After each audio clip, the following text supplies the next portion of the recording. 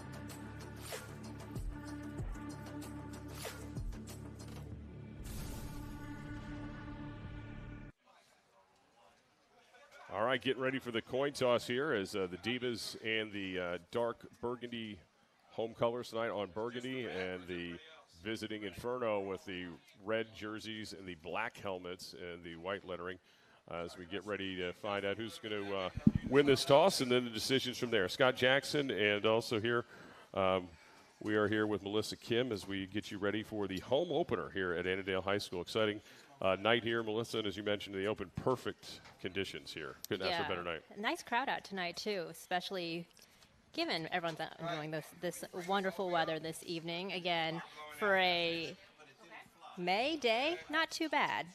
All right, we're going to get to the keys to the game tonight, of course, as we wait for the coin toss. Keys brought to you by Steamfitter 605. Keys of the game. We'll start with Tampa Bay as the Inferno tonight. Looking at the 2 keys that they have, they want to get back to doing what they do best, which is grounding the ball out. Yeah, establishing the run, very important. Obviously, that'll eventually open up the pass game for them as well, but really got to get those ground yards, the ground and pound game, foundational football from the very beginning. And obviously, they don't want to turn the ball over. Divas had 4 takeaways last week in that Philadelphia game, or 2 weeks ago.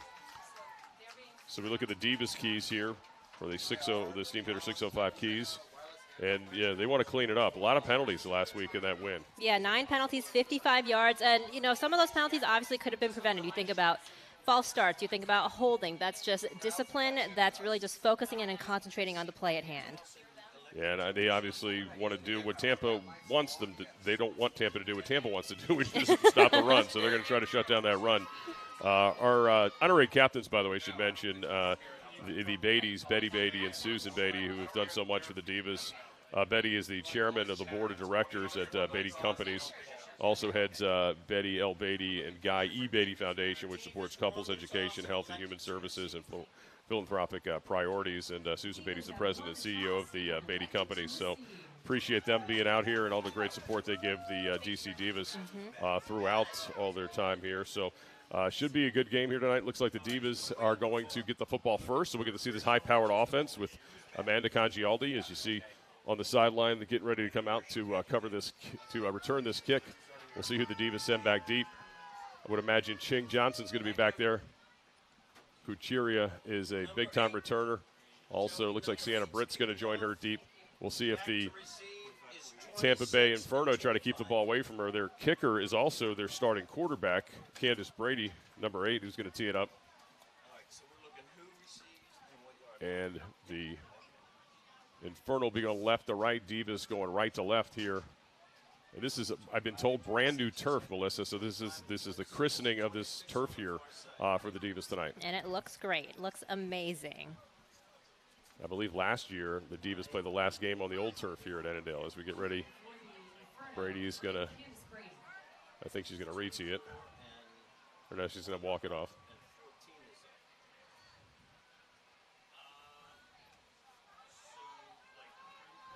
So the Inferno kicker looking it over. The referee gives it the signal.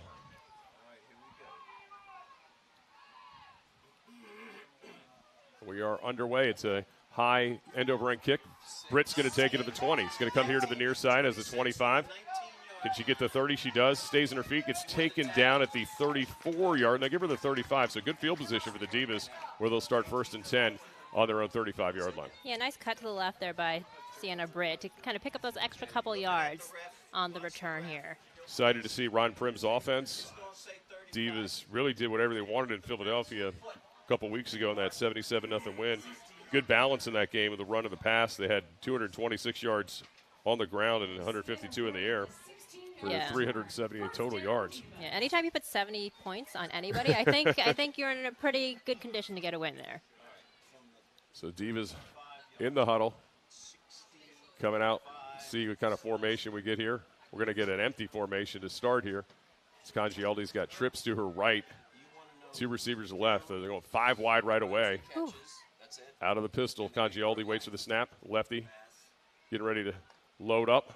Got a lot of time, throws it over the middle, wide open receiver caught. There's Blakely, and she turns down. She got a first down, a big 15-yard pickup on 1st and 10. Nice. Obviously, Congialdi great at slinging the ball there. Threw for 4 touchdowns last week, ran one in herself, but really showing off her, veteran presence. 15 years of experience on this squad. She had all kinds of time too. She kind of reloaded that thing and waited for Blakely to get wide open in the middle of the field. So same formation here. Divas like this 5 wide here early on. Congialdi loading up, going down the sideline. That's going to be an overthrow, I should say, out of bounds. The intended receiver is Lois Cook, but not a lot of space over there. So good coverage by the Inferno defense. Yeah, and kudos to the offensive line right away from the very beginning for the Divas as well, giving Congialdi so much time to be able to assess the field and make that pass, make that throw. Looks like Buckman this time. Armani's going to join Congialdi in the backfield, so a little bit of a different formation here from what we saw in the first 2 plays. Howell is going in motion on the far side of the field now, so Howell and Johnson over there. You got 2 receivers each side. The lone back is Buckman, number 13. She's going to get the ball, loses the handoff, but I think the Divas were able to jump back on it. Boy, that could have been disaster here. It would have been great field position. And the Divas do cover it up. The officials, although, are trying to unpile here. Inferno trying to say they had it, but they do not. Divas able to cover it up, fortunately. And that was a big play by J.J. Williams. Jocelyn Williams who fell on that. Ooh. But now it's a 3rd and 12. So a 2-yard loss. Williams, though, able to avoid the disaster. So this time. Great awareness there to pounce on that ball. So it's going to be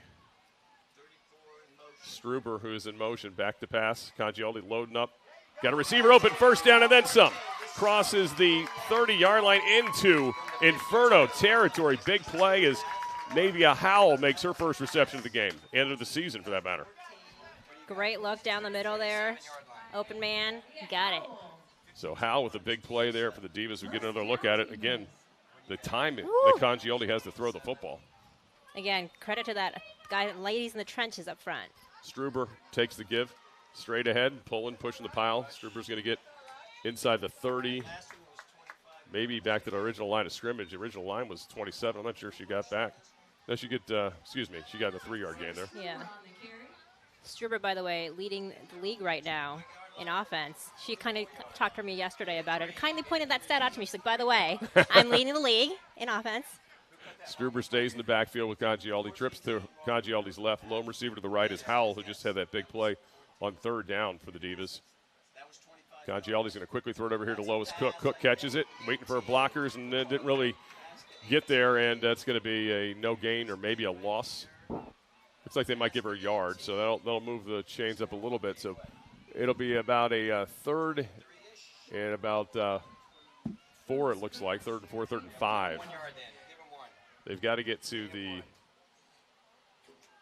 looks like the 17-yard line for the first down. Congialdi pump fakes. Now she's going to keep it herself. She dives, and I think she's going to be well shy of the first down. So I don't know if there's a decision to be made because it doesn't look like the kicking team's coming out. I think they're going to stay on the offense is going to stay on the field and try to convert here. Go for it. Good decision, I think, to go for it here. We got a lot of confidence in this offense, yeah, as they should. So it's going to be, again, it looks like where the marker is, it's the 17-yard line they need to get to. Congialdi now sends the back Struber in motion. Trips to her left. Snap. Congialdi back. Looking to load up. Throws across the middle in traffic. Incomplete. And the Divas, there is a flag on the play, but it was in the line of scrimmage. It might have been on Washington to start, or maybe it was an offside, a free play. Maybe she knew that. Let's see what the officials tell us here. No, Congialdi says it's on Inferno. That's a big break for the Divas. Ooh. So it must have been either a hold right at the line or an offside. So offside defense cost or gives the Divas an automatic first down. Boy, the Inferno looked like they got off the field just to find out they committed the penalty. It's a tough break for Tampa Bay. So the Divas drive continues with 11:16 to go in this opening quarter. Yeah, they're certainly going to take advantage of that. 22. Yeah, let's call it 20. 17. I like it. Like it. Thank you. So the Divas from the 17-yard line start their 1st and 10 from the Inferno after the penalty gave them the automatic first down. Struber is going to try the right side. A little bit of a space, but maybe about a 2-yard pickup, if that, maybe just 1 yard, it looks like. So good defense by the Inferno. They've tightened up since they've gotten in their own territory. Yeah, Sarah Struber, by the way, so tough, getting through. They're picking up those extra yards there. She actually told me yesterday that's what she loves about this game, loves running through people, running through them like a brick wall, she said specifically. I like that she put it, through a brick wall. So Struber stays in the game to Congialdi's left. Congialdi play action, loading up, throwing it towards the end zone. Ball's tipped, incomplete. She had Blakely towards the back of the end zone, but just couldn't get it to her. Yeah, just off her fingertips there. Pretty good coverage, too, with the Inferno defense. Had 2 defenders back there, although Blakely did get behind the defense.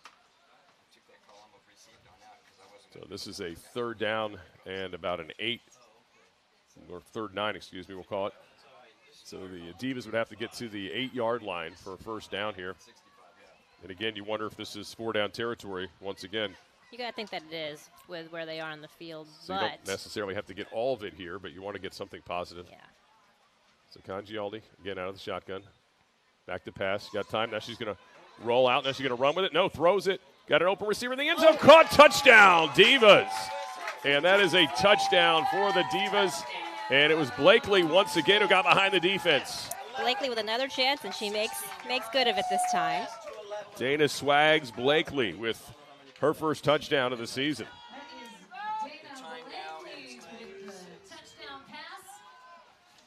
Let's get another look at it. Just good job by Congialdi to extend the play. Let the receiver get open. Yeah, she knew that ball was coming to her. When you play together for more than a decade, I think you almost have that inherent communication happening. Really good communication there. So the extra point coming up, that's going to be Emily Smith on. Holder is Johnson. That's 10-play, 65-yard drive and a 17-yard touchdown. And snap there, kick is up and splits the uprights and good. So the PAT is good. 7-0 start for the Divas. So they got the ball first, and they drove it right down the field.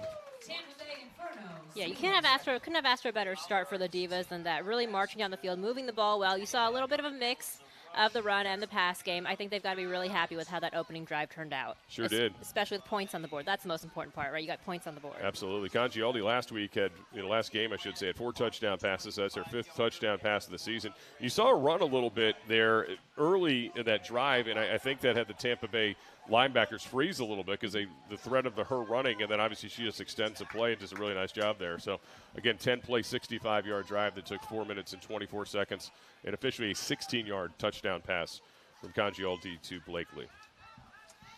So good start for the Divas here at home. Yeah, good start for Congialdi as well. You think about what she did last week, maybe carrying over some of that run game, using her legs just a little bit this week, being a dual threat quarterback here. 15 kicking off, 88, and number 1 back to receive. We want the return line. So we get ready for the Divas to kick it. And Where they catch it, so we get distance on the kickoff. teeing it up is Smith, end over end, and it is taken there. Coming up to the middle of the field with some room and then falling down into Divas territory. A really strong return there from Maya Baker, who was the up-back who caught that. So well done there. Yeah, really nice return there by the Inferno. They're into Divas territory right away.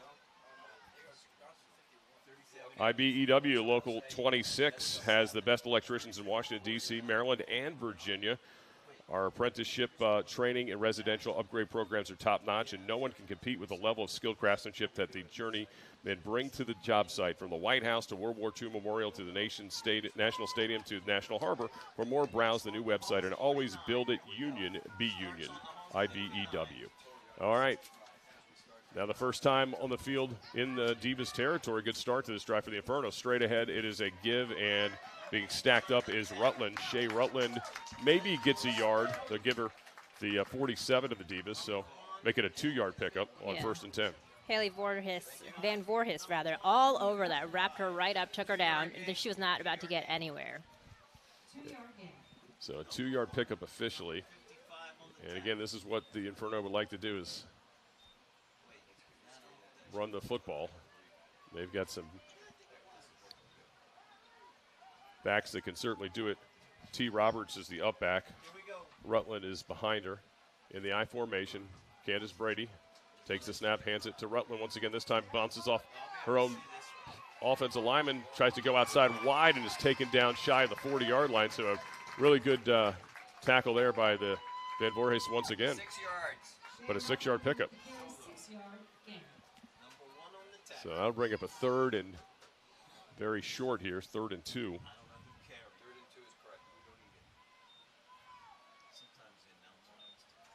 Yeah, nice tackle there again by Van Voorhis, really wrapping her man up.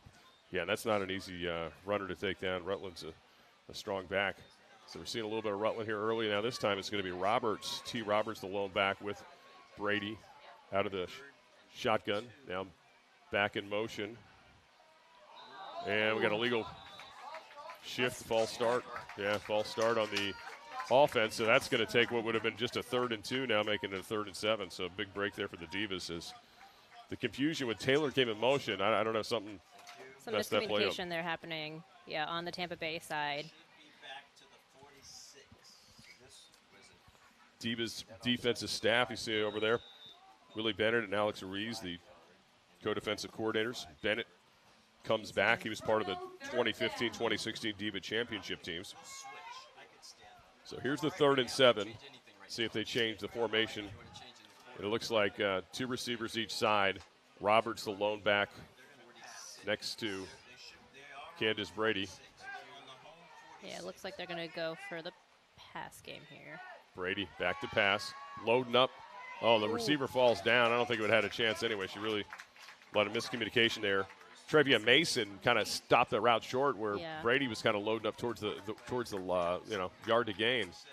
So that's going to bring out the punting unit for the Inferno, who were unable to take advantage of what was excellent field position after that kickoff. Yeah, and credit to the Divas here as well. Some good stout defense. Again, stopping the run was one of the keys to the game for this Divas defense. And looks like they did that for the most part here. Van Voorhees is back to receive, and the punter is Keo Blanchard, number 57. Had 2 punts in the last game. Oh, and drops the snap and has to just cover it up. So Divas will have excellent field position. Oh, man. Starting this at the 47-yard line of the Inferno with their second drive. You got to hate that Tampa Bay right now. It's getting a little sloppy. Getting a little bit sloppy there. A little not what you want to see. No, not at all. Coming on the road, you don't want to. Again, you had a pretty good chance there on that drive with the good field position. Had a 3rd and short. The penalty set you back. Then the botch snap here on the punt. And I don't know. It looked like a good snap. It just looked like she dropped it. Yeah. So now the Divas starting at their at the Inferno 47-yard line. Of course, the first drive Divas marched down 65 yards for the touchdown. This time with the field position. Yeah, so we'll see here if the Divas can take advantage of their good field position. And it's an empty backfield once again. 5 wide, 3 trips to the right and 2 here to the left as Congioli rolls left. She's loading up, going deep. She's got an open Britt. Oh, overthrows her. Britt just got behind the defense, but Congioli just baked that one a little bit too much. Yeah, just about 3 steps ahead there. But they had that play lined up. They felt good about it. You can see why, because Sienna Britt got behind the defense. And she's got wheels, too. We know that for sure. So 2nd and 10 coming up for the Divas. Some personnel changes. But they're going to stay with trips to the right. It looks like there's going to be a back in the backfield this time with Congioli to start this play. And it's Harmony Buckman who fumbled her first carry. Buckman next to Congioli, who's in the pistol. Buckman takes it, goes straight ahead, got some room to run, and is taken down, and she loses the football again. And that's a fumble recovery by Tampa Bay. Yikes. Wow, fumble from Buckman, 2 carries and that's got to be disappointing. A couple mishaps there, and she had a good running room there. And just lost the ball at the end of the play, and you can see her. She immediately knew she had lost it. So the Divas really wasted some great field position. 2 hands. You got to have 2 hands on the football there. And who was that who got up with the ball? Looked like 10, perhaps. Might have been Taylor. Yeah, Kia Taylor, I think, was the one who recovered it. So a fumble by the Divas on their second drive and the second play of the game.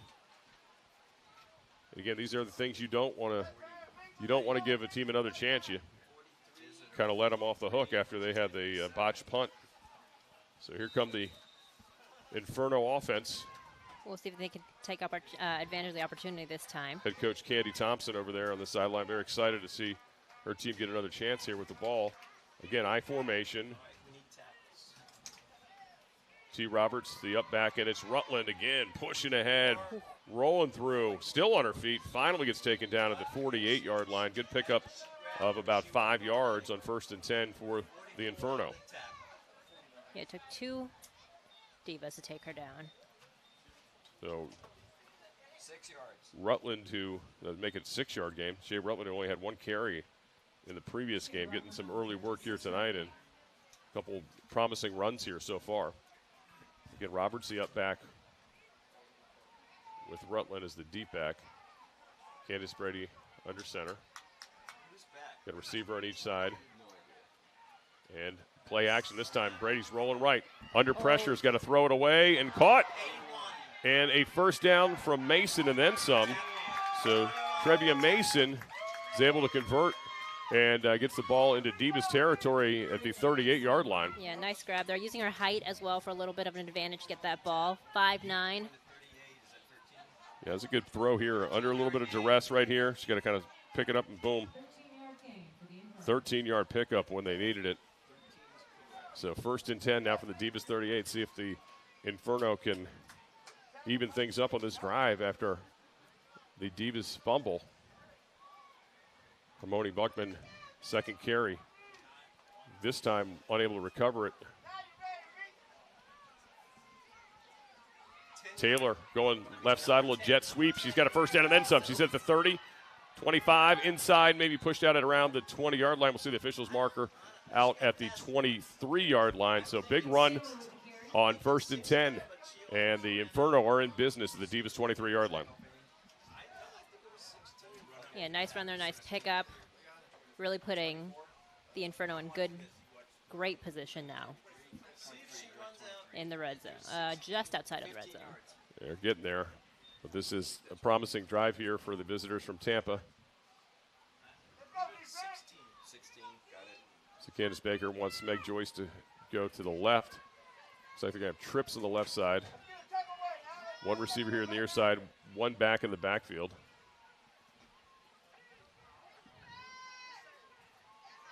And a quick pass to Joyce. Makes one player miss, still on her feet, spinning, and now going to get pushed backwards, maybe a couple yards at most.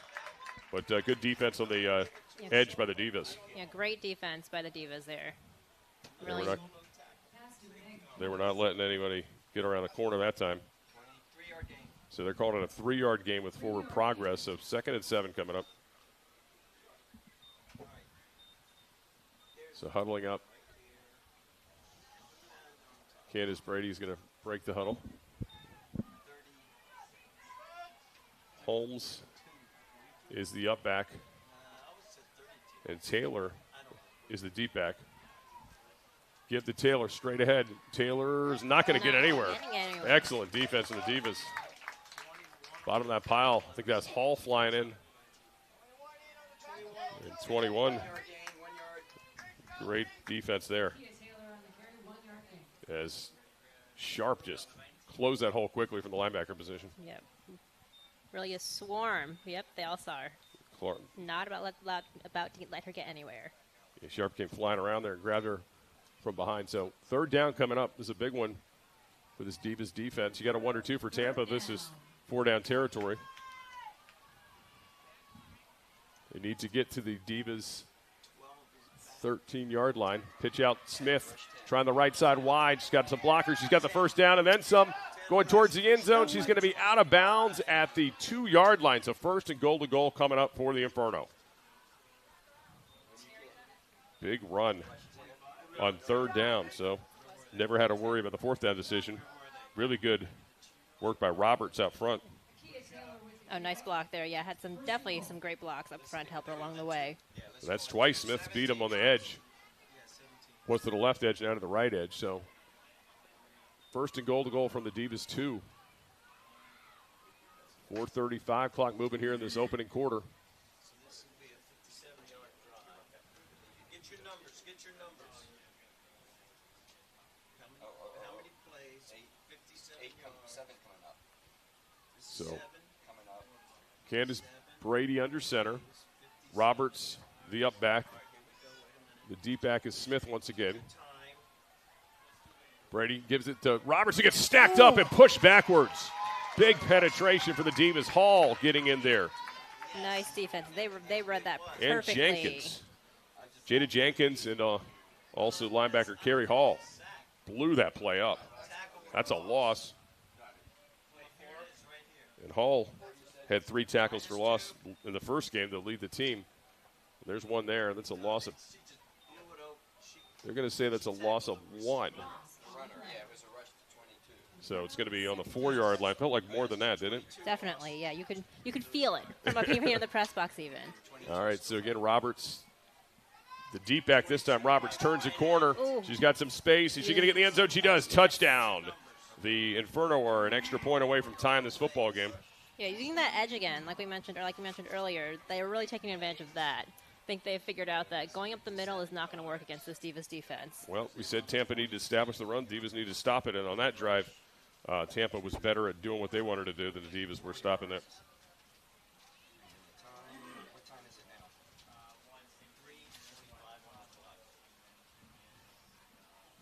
3:45 So a extra point coming up here from Candace Brady, the quarterback, who's 1 for 2 this season on PATs. And the snap, the hold, the kick, it is good. So 7-7 game, just like that. That is a 8-play, 57-yard drive, capped off with that 4-yard touchdown run from Roberts. So it took 5 minutes, 16 seconds. And we've got a tie ball game. All right. Now it's getting interesting. Since 1890, the Plumbers and Gas Fitters Local 5 have been committed to protecting the health of our nation's capital. We have made the commitment to our members and our community for over 100 years, and we'll dedicate ourselves to be there for future generations. Well, we got a good start here. Yeah, this is, as we anticipated, a great game to start, but really the Inferno taking advantage of the fumble earlier from Buckman and turning it into points. That's what you want to see if you're the Inferno right now. Yep, Divas fumble by Buckman. Again, it was their second fumble. The first one they were able to recover in that opening drive, but that's certainly something you got to be concerned about if you're the Divas. You know, your number one running back suddenly having ball protection issues. And, you know, last game out, she had a 91-yard rushing day with a touchdown, also very active in the receiving game in that one. So hopefully Buckman can bounce back when she gets her opportunity again. Yeah, she's just shaking it off. Short-term memory is the best thing that she can have right now. So Brady teeing it up. Deep back, Johnson and Britt for the Divas. And the Inferno with a little gas now after that drive. And that's going to go out of bounds at the 25, so that's going to be a penalty.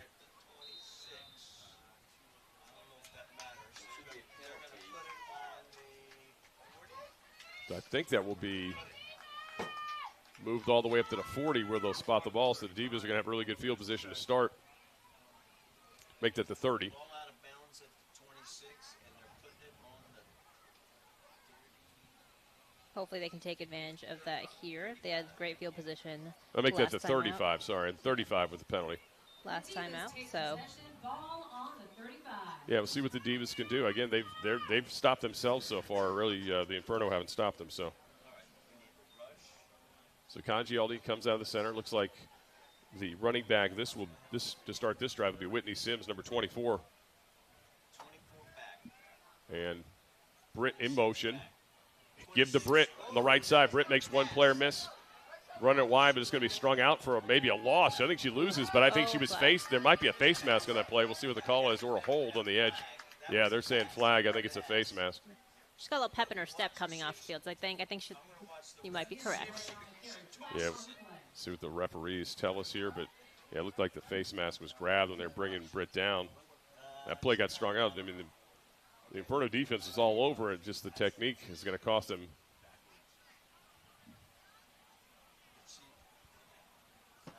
Here's the official call here. Yeah, personal foul. Horse collar. Horse collar is declined. Personal foul. Face mask is taken.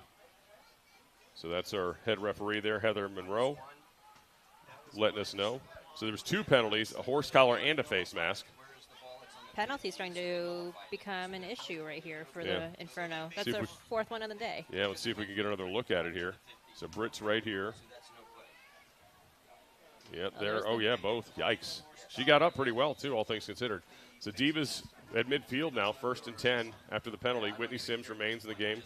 Two receivers each side. Sims going to try the middle. Rolls ahead, pushing forward. Sims, with those powerful legs, gets about a 3-yard pickup. So positive gain on 1st and 10 for the Divas. Oh, again, brick wall. I know that wasn't Sarah Struber, but brick wall. They're going right through. 4 yards gain. Whitney Sims just lowering the shoulder there. Oh. Keeps moving. I think she dragged those two ladies along with her. Sure did. Oh, they start on the 65. So 2nd and 7 come up. Sims, another give. Straight ahead. More room this time and still fighting forward. And Sims is going to pick up, make it 5 this time. He'll pick up a 3rd and 2.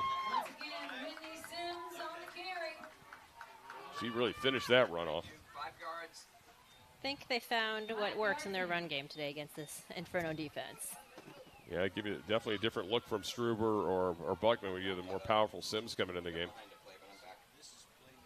And this will be 3rd and 2 from the 42. They need to get to the 40 for the first down of the Inferno. So we have 2 minutes now and the clock moving here in this opening quarter. Congialdi gets a snap. Sims, play action. Oh, wide open for Congialdi. First down and then some.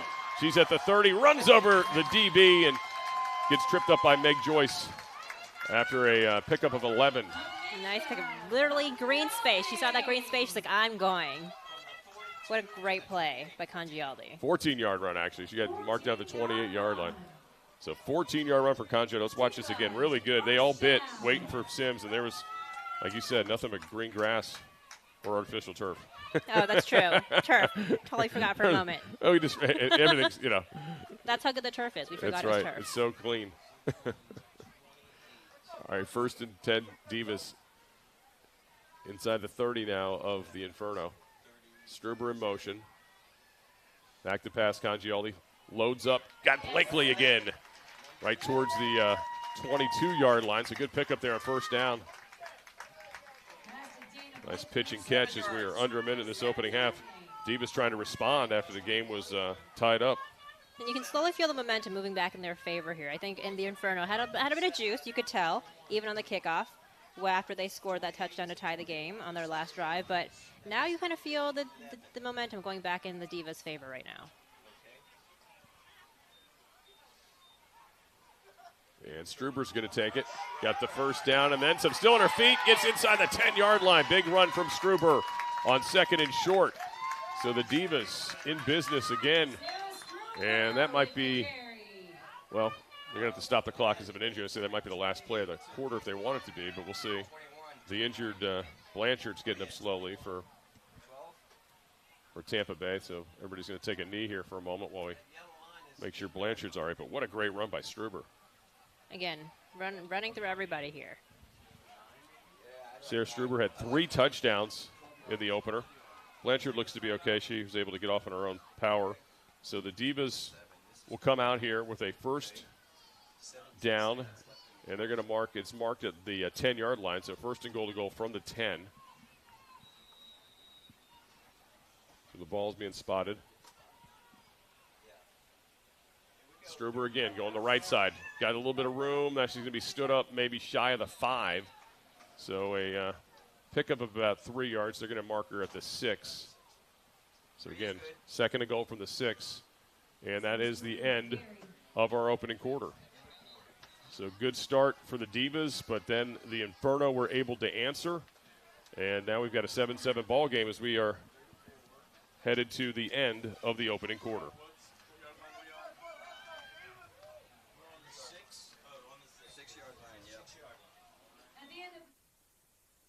Do you have an air conditioning emergency? If so, you need HVAC 911.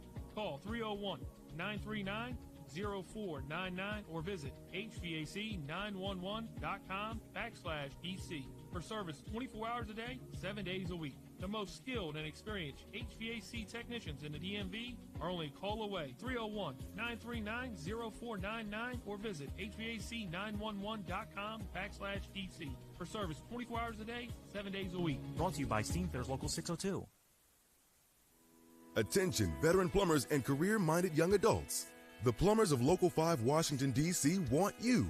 If you're looking to be trained by the industry's very best and for the most competitive benefits package, retirement plan, and hourly wages, look no further than Local 5. Whether you're a veteran plumber or a young adult starting a career, you can change your future for the better. Contact Local 5 today at local5plumbers.org. That's local5plumbers.org. And now another contractor spotlight from IBEW Local 26.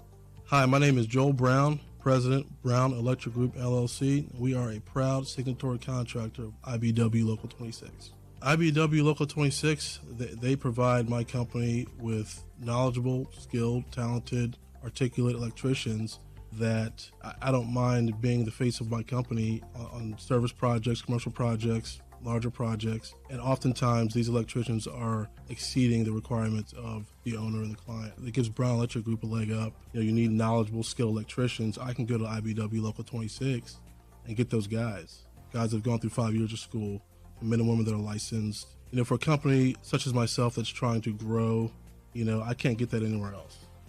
To start growing your electrical business, go to ibewlocal26.org and click Business Opportunities. IBEW Local 26, where electrical contractors come to grow. thank you to Beatty Management Company for today's game and broadcast partnership and their support of DC Divas. Beatty owns, operates, and develops neighborhood and community shopping centers strategically located in the most desirable and productive markets throughout the greater Washington, D.C. and South Carolina markets. So as we come back here after the quarter break, switching sides of the field to be second and goal coming up for the Divas. 7-7 game. Good game here. Scott Jackson, Melissa Kim here with you. We've seen a little bit of everything here so far in that first 15 minutes. And here come the Divas with Whitney Sims back in the game as the back. Carrie Hall on the left, kind of like as a H-back position. Give to Sims. Turn in the corner. Lowers the shoulder. Is she going to get the end zone? No, she can be cut down shy at about the 2-yard line. So third and goal to goal from the 2. We got an injured Inferno player who I think took the tough end of a Whitney Sims tackle, or trying to tackle Whitney Sims, I should say. That's got to be tough. Yes, Whitney's coming around there, and Carrie Hall was out there too, trying to clear the path for her. That's a lot of power on that side of the field. Yeah, but Sims, I'm so impressed by how she uses her body. You know, getting low to the ground, picking up those extra yards there. See here. And she. See that player got spun around right there. Might have been some friendly fire with their teammate hitting him. They collided there. Hate to see that. It's across that. I like it. I'm just looking at the green distance between the ball and the. IBEW Local 26 is the best electricians in Washington, D.C., Maryland, and Virginia. Earn while you learn. Local 26 provides the highest quality technical training to its members. Our apprenticeship training and residential upgrade programs are top-notch, and no one can compete with the level of skilled craftsmanship that our journeymen bring to the job site, from the White House to the World War II Memorial to the National Stadium to National Harbor. For more, browse our new website, and as always, build it union, be union. Still tending to the injured Inferno player on the field. We're unable to get a number. She's getting up. That's good news. Yes. And that is Smith, I believe. Yeah, that's a Kia Smith who's walking off on her own power. That's good news. That was a scary collision. A lot of times that happens, the injuries, when your teammates collide like that. So third and goal coming up here for the Divas at the 2-yard line. And 8th play of this drive. See if they can punch it in. Sims stays in the game. Again, Hall to the left, kind of in a fullback position. Give Sims right side on her feet in the end zone. Nobody's stopping Whitney Sims. Touchdown, Divas. Nice run there. I think she took a couple of Inferno players with her into the end zone. Sure Definitely did. a lot of power there from Sims. That offensive line's done a job, and they've kept Congialdi clean. They've opened up holes now in the running game. Impressive work from the players up front here tonight for the Divas. So Divas regained the lead. So it was a 2-yard TD run for Sims, capping off that drive. And the extra point coming up here from Emily Smith, who's 8-9 on the season. So that was an 8-play, 65-yard drive that took 3:43 for the Divas with a Sims 2-yard touchdown run. And the extra point is good. There's a collision there, I think. Boy, that was rough. Looks like Smith's going to be all right, but the training staff ran out there because that's scary when that happens. You've got an injured player for the Inferno as well. A lot going on in that play. I think she is moving, which is a good sign. Looks like helmet's coming off. The Divas training staff was out there in a hurry. It always scares you when they see something because they're watching everything. Oh, yeah. So 14-7 as Smith, she got rolled up on. It looked like at first maybe that she was the player they were worried about, but she was able to hop up quickly. That was it looks like she's getting up. a lot happened on an extra point. Yeah, she was able to walk off, fortunately. Maybe just shaking up a little bit. Yeah, that was number 58, Castro, who was the injured player there for a moment. Yanni Castro, who is the team's leader in tackles. Penalty running in the kicker was declined. And that was a running into the kicker penalty as well on that play, but that will be declined by the Divas. I guess you cannot put that on the kickoff, so.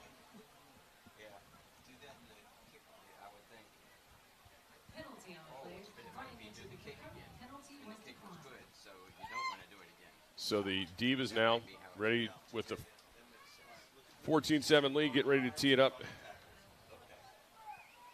Once again, will be Emily Smith.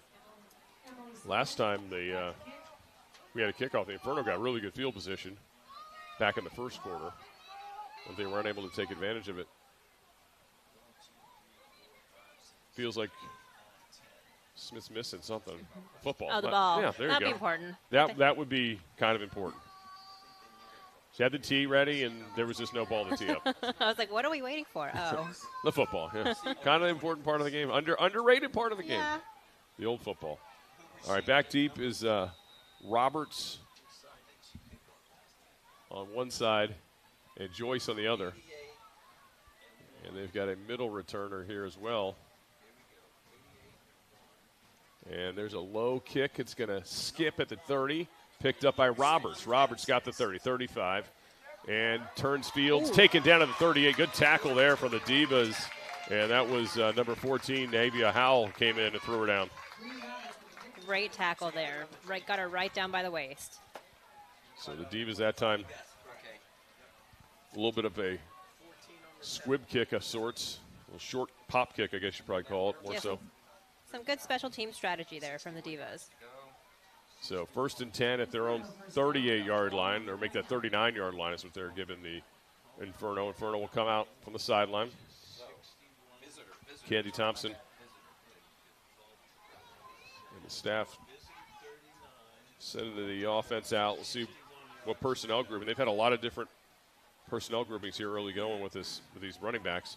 Looks like it's going to be Roberts and Rutland once again. Split formation. Got receivers on each side, and it's a play action. No hand to Rutland, and she's going to get taken down. And a loss of one, it looks like, as King came through. Amaya. Yeah, this Divas defense did not bite on any of that. They read that perfectly. Yeah, great job by King. Cut her down as quickly as she did, too. So 2nd and 11 coming up for Candace Brady and this Inferno offense. Again, 2 backs in the backfield. Looks like Roberts again and Rutland, the 2 that started the game. Play action. Brady loading up. Going to throw here to the near side. He's got Roberts through the hands, incomplete. Good coverage by the Divas. Great coverage. Excellent coverage by Johnson, who was not fooled on that, and the back was trying to leak out of the backfield. So T. Roberts was the intended receiver. Not a bad throw by Brady. Not at all. Again, great. That's got to be, I think, aside from quarterback, being DB is one of the more challenging positions. You got to mirror them, not touch them, and stop the ball. Right. So great coverage there. And everybody remembers all the times you get beat. They never remember the great plays you play. No, they don't, and they will let you know. Trust me. All right, so 3rd and 11 now. And Holmes is in the backfield. Back to pass. Rolling right. Brady throws it up to Joyce, incomplete, and that's going to be 4th down. So punting unit comes on, and of course, the last time we saw the Inferno punt it was a drop snap that ended up putting the Divas in great field position, although they were unable to take advantage of it because they turned it right back over. But here we go with the second punt of the game as Keo Blanchard last time had an issue just catching the snap. Sienna Britt's back deep for the Divas. And the 2 punts that Blanchard did get off this year didn't go very far. He's only had 2 punts for 19 yards. And, of course, the first one here today was they didn't even get the punt off. So here comes the snap. Blanchard catches this one, punts it low, wobbler. It's going to bounce and sit and go backwards and be down quickly by the Inferno. So there'll be no return, but great field position as Ivana Ramos just jumped on that at the Divas 42-yard line. Yeah, and going back to that last drive, 3 and out, first one of this game, defense got to be happy with how that one ended.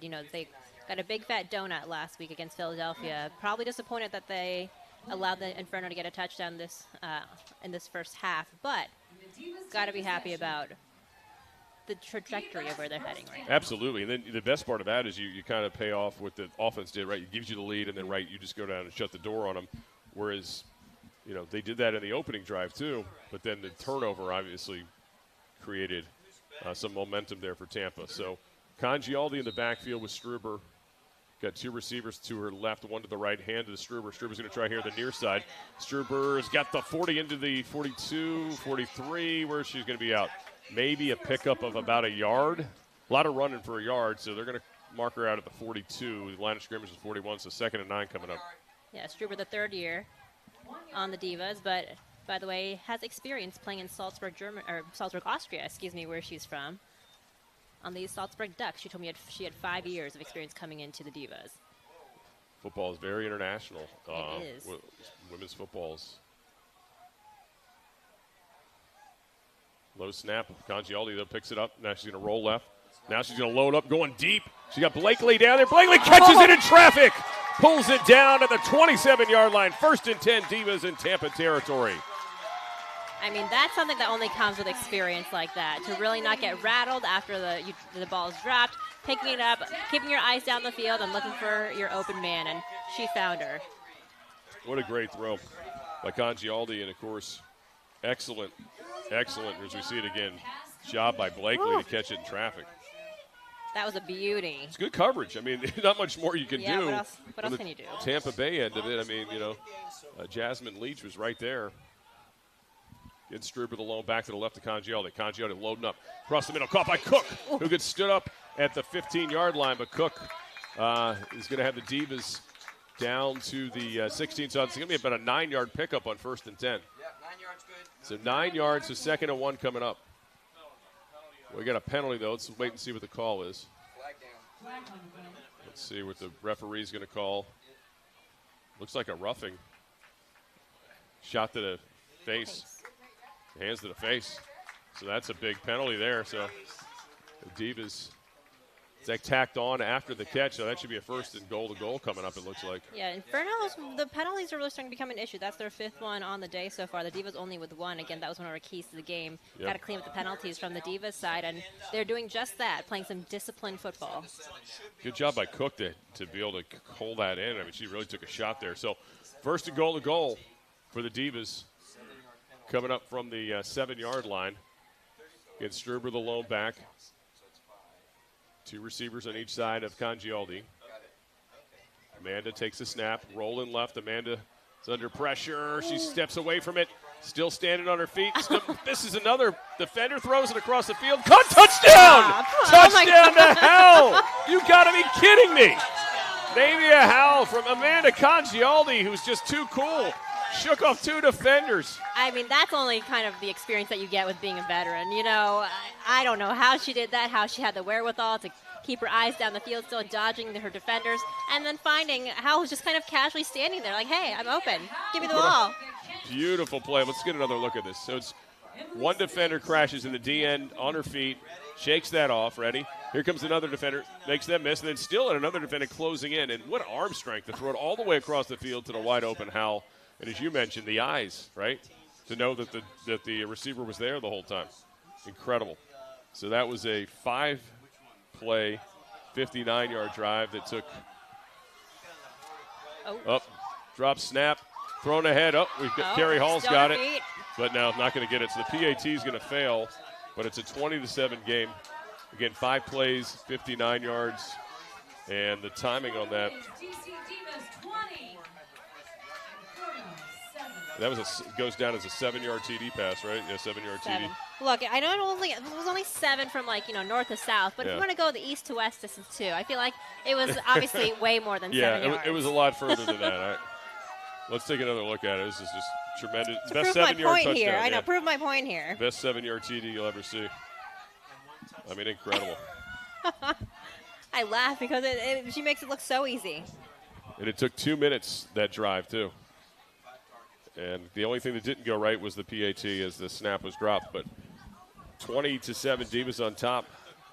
So, this is tough, too, for Tampa. The team that likes to run it. You don't want to get too far behind. Still a lot of football to be played here, but you don't want to get too many scores down. And with the missed extra point, that helps a little bit, the Inferno. So getting ready to kick it for the Divas is Emily Smith. And again, Roberts back deep, and Joyce. Yeah, let's see what kind of kickoff we have here. And a high end overhand kick taken by Roberts. Got the 25-30, 35 towards the 40. She's going to be taken down after being gang tackled there. So Blakely has 73 total yards for the Divas and a touchdown, and that 35-yard catch. And, of course, Howells had 2 catches, including that 7-yard touchdown. So one of the Divas players coming off a little gingerly there. That looked like Adams, CeCe Adams, might have taken a shot there, see if she gets looked at by the trainers. Or Yep, heading right to the table. Yeah. Look a little hobbly there. So here comes the Inferno offense, needed an answer here, as the Divas have gone on a little bit of a run with back-to-back touchdowns. So a 13-0 run since a 7-7 tie in this game. With 11:35 to go in this opening half. Might have a quarterback change there. We do have a quarterback change. Under center, the handoff to Roberts, going right side, fights off one tackle. Runs into a bunch of others. Carrie Hall cleans it up. A loss of 2 or 3 there. We'll see where the officials mark it. They're going to give her forward progress and just a loss of 1. I don't know. Looked like she was a lot further back than that. Yeah, didn't really look like she got anywhere. Bailey Drapola is now the quarterback in the game. She played last game, 3 of 10 for 30 yards, also a runner, 9 for 35. So a little different look at quarterback here. I don't know if this looking for a spark here or if there's a problem with Candace Brady. I see her standing on the sideline, so maybe this is just part of a rotation they have. Drapola back to pass. Under stress, throws it incomplete through the hands of the intended receiver, Shantia Holmes. Inferno, 3rd down. Let's go defense. So 3rd and 11 coming up. Divas defense trying to get a quick 3 and out here. Boy, if you're the Inferno defense on that sideline, you're like, you need, gotta get back out. We need a little bit more time here. We need some breathing time here. We need some time to recuperate. Because they have suddenly been on the field a lot.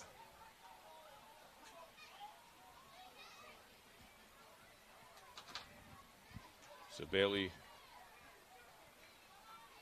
Drapola, the quarterback, takes the snap, back to pass, got a clean pocket, loads up, wide open receiver, caught, first down and then some. And breaking away and tackle from behind. A good saving tackle there by Stevenson.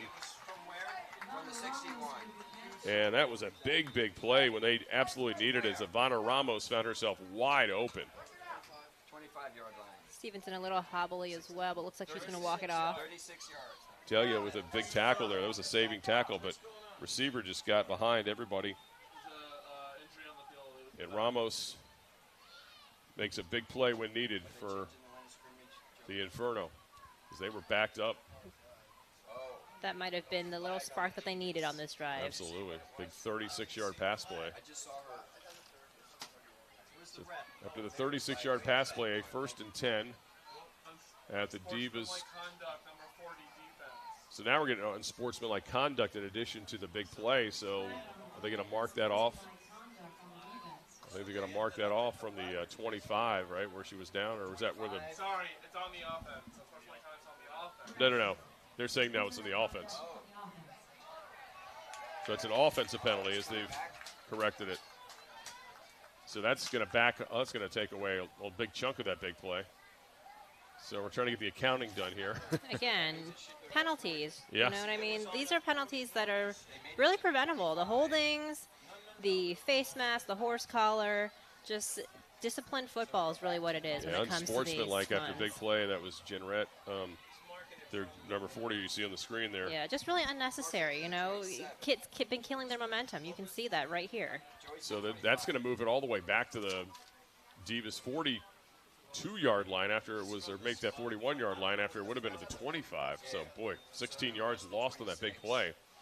That's now they still keep the football, and it's 1st and 10 after they were, facing potentially another punt from their own territory. So at least the drive continues, but just a lot of yardage. Yeah, really just beating yourself in this situation here for the Inferno. So 10:33 to go in this opening half. The backup quarterback's giving a little spark, though. Bailey Dre Paula throwing another one over there to Joyce, incomplete. Cooked that one a little bit. And a good coverage by the Divas. They had 2 or 3 defenders really in that area. Kind of on waiting for Joyce to get the ball. Yeah, I think they're going to start playing a little bit deeper in terms of their defense. Maybe a cover 3, it looks like they might be going for now. They can see that Bailey Drapola has got an arm. Drapola's come in here and kind of changed up the momentum here with that big pass play. And maybe this is what's working for them right now. I know we were talking about the run game for them in the beginning, but obviously not working out too well. But pass game might be working for them a little bit better now. So it looks like the backfield has Roberts and Taylor is the deep back. Pitch out to Taylor. Trying the right side. Cuts back. Got some running room. Ooh, take it down violently there at the 36 of the Divas. But a good pickup on second down, which will bring up a 3rd and about 4 now for the Tampa Bay Inferno. I love how I say that the pass game's working for them. And they're like, oh, we're going to run it now. And the run game worked just as well for them, too, here. So yeah, Smith's done a nice job, or Taylor, Akia Taylor, on those pitch-out plays. She also ended around earlier. She's good running on the edge. That time kind of cut it up on the inside. So the first down, the line to gain is the Divas 31. So it's a 5-yard 3rd down. And again, you got to figure this might be 4-down territory for the Inferno. Yeah, it's got to be at this point, I think. Let's go defense. So again, Smith is the deep back. Roberts out of that I formation is the fullback. Trey Polo, the quarterback. Hands it to Roberts. And she is pushing forward. And I think she's going to be shy of the first down. She is. So 4th down coming up. Looks like she's about a yard shy. Yeah, just maybe about a 2. yard and a half. Yeah, maybe 2. 2-yard gain. Yeah, 2-yard pickup, but yeah, it's going to be 4th and 2. So they're staying on the field. No decision to be made here.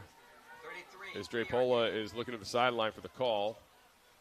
And she's going to bring it back to the huddle. We're coming up under 9 minutes left in this opening half. Divas on top 20-7. Inferno looking for an answer here. Big 4th down coming up.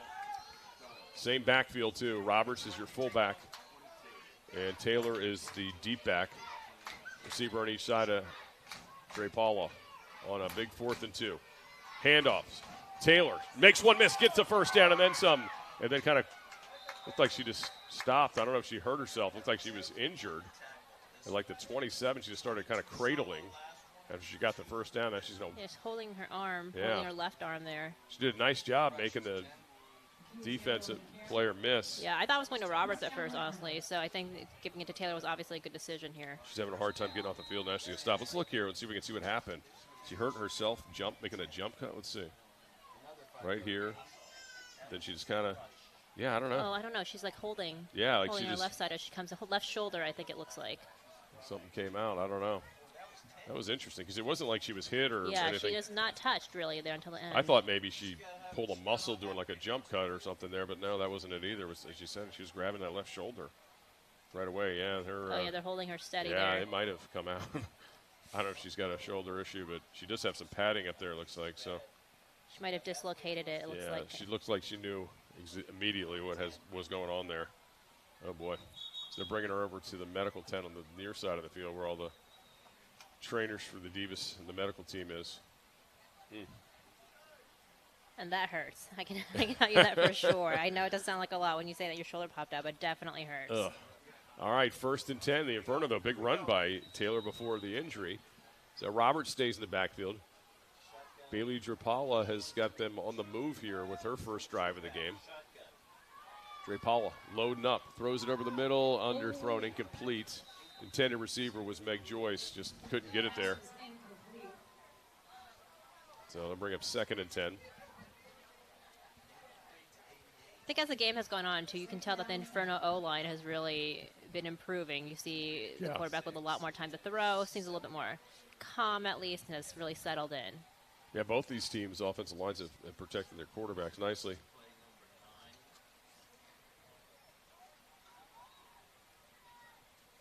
So coming out of the huddle, it's going to be an I formation with Roberts, the fullback, and the deep back is Mia Warren, it looks like.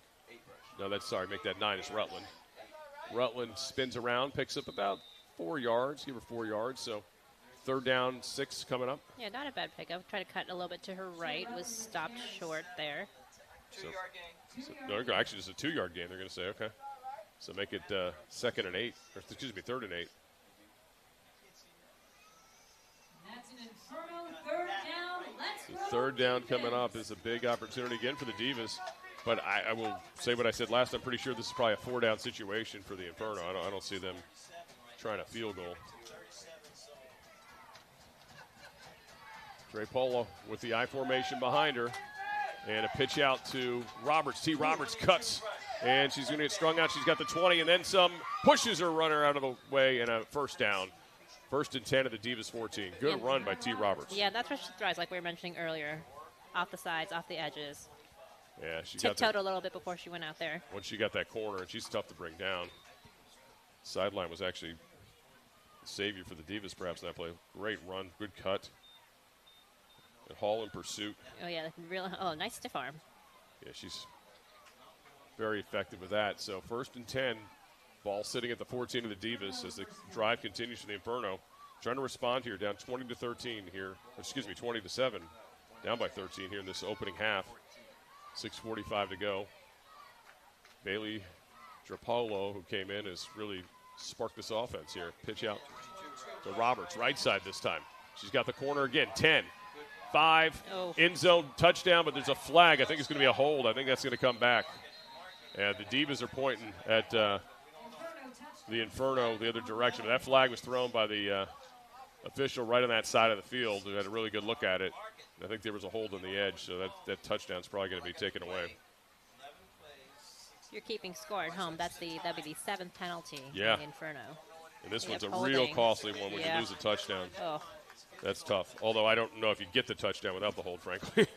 Also true. Yeah, so I mean, I think so. Heather Monroe, the official's been busy here, pointing towards the Inferno's direction a lot of this night so far. So 1st and or what would have been, excuse me, a touchdown is now going to be backed up. Let's get another look at the hold here on the edge. I think it's a receiver out here. Yeah, upfield. And there's actually pick one. There's also 18, I think, grabbed for a minute, and then 37 immediately ran to the official. So for the Divas, that was Amaya King was pointed out. So could have probably had 2 of them there. Drapola out of the shotgun, back to pass. Looking, under pressure, got sacked. You had a defender at her feet, and then another defender, I think it was Jenkins, came over and finished her off. Yeah, Jenkins finished her off, but there's a flag right there at the where the play was. I don't know if it was a hold or is it a let's see what the call is here. Yeah, it's a hold. Hold on the offense. Probably decline that because it was a sack, but maybe not. I'll push them back a little bit more. Are they going to move them back, or are they going to take the penalty? Yeah, it looks like they're going to take the penalty, so it'll be a good decision. 1st and forever. She got a 1st and. I mean, again, these penalties really have been drive killers for this Inferno team. You think about at the beginning of this drive, that 36-yard pass play brought back, cut in half basically almost by a penalty, and they've had a couple on this drive. Yeah, they got to get all the way down to the Divas 5, so that's like a big penalty there. Local 5 since 1890, the Plumbers and Gasfitters Local 5 has been committed to protecting the health of our nation's capital. We've made it a commitment to our members and our community for over 100 years, and we'll dedicate ourselves to be there for future generations. See some of the fans enjoying it tonight. Again, you can't say enough about the weather we've been blessed with this evening. Oh, my gosh. And why would you want to be outside today? Because you know what's coming, right? In maybe like a week or two, that humidity that we love so much in this area. And I say that facetiously. Right. Especially with this, a lot of times we're ducking storms here. We're before the game, we were having a conversation with Jen Moody, who is the owner of the Tampa Bay Inferno, and they were saying how they've played some crazy weather games in the past with the Divas, including one we had our thunderstorm delay, I think 2 seasons ago. One down there that was an absolute mess in Tampa as well. So they were kind of joking about that with Rich Daniel, but very happy to see the clear weather. Also want to say congratulations to Jen Moody, who's expecting her first child, who's here today. Happy Mother's Day to her. So, Gray Paula out of the shotgun, back to pass. Looking, rolling left. Extending the play. She's got some room over there. She's got the 25. She's got the 20. 15 still in bounds. We were being blocked by the 10. Still on her feet. I think she got a first down. Wow, what a big run. Huge run on a 25-yard scramble. Literally put the team on her back and ran with it. What a play. Making something happen when she didn't see anything else. That was a great, great play. She took a shot, but 22-yard pickup, they're going to call it officially. It's a first and goal to goal from the 4-yard line now. What a run. We got blocked out here by the tent, but she stayed in bounds. Wow. Great awareness, too, to know that you are still in bounds and really tiptoeing that sideline. Excellent job. So first and goal, 5.5 to go as the Inferno looking to respond here. Down 20-7 in this opening half. In the I formation, the Inferno.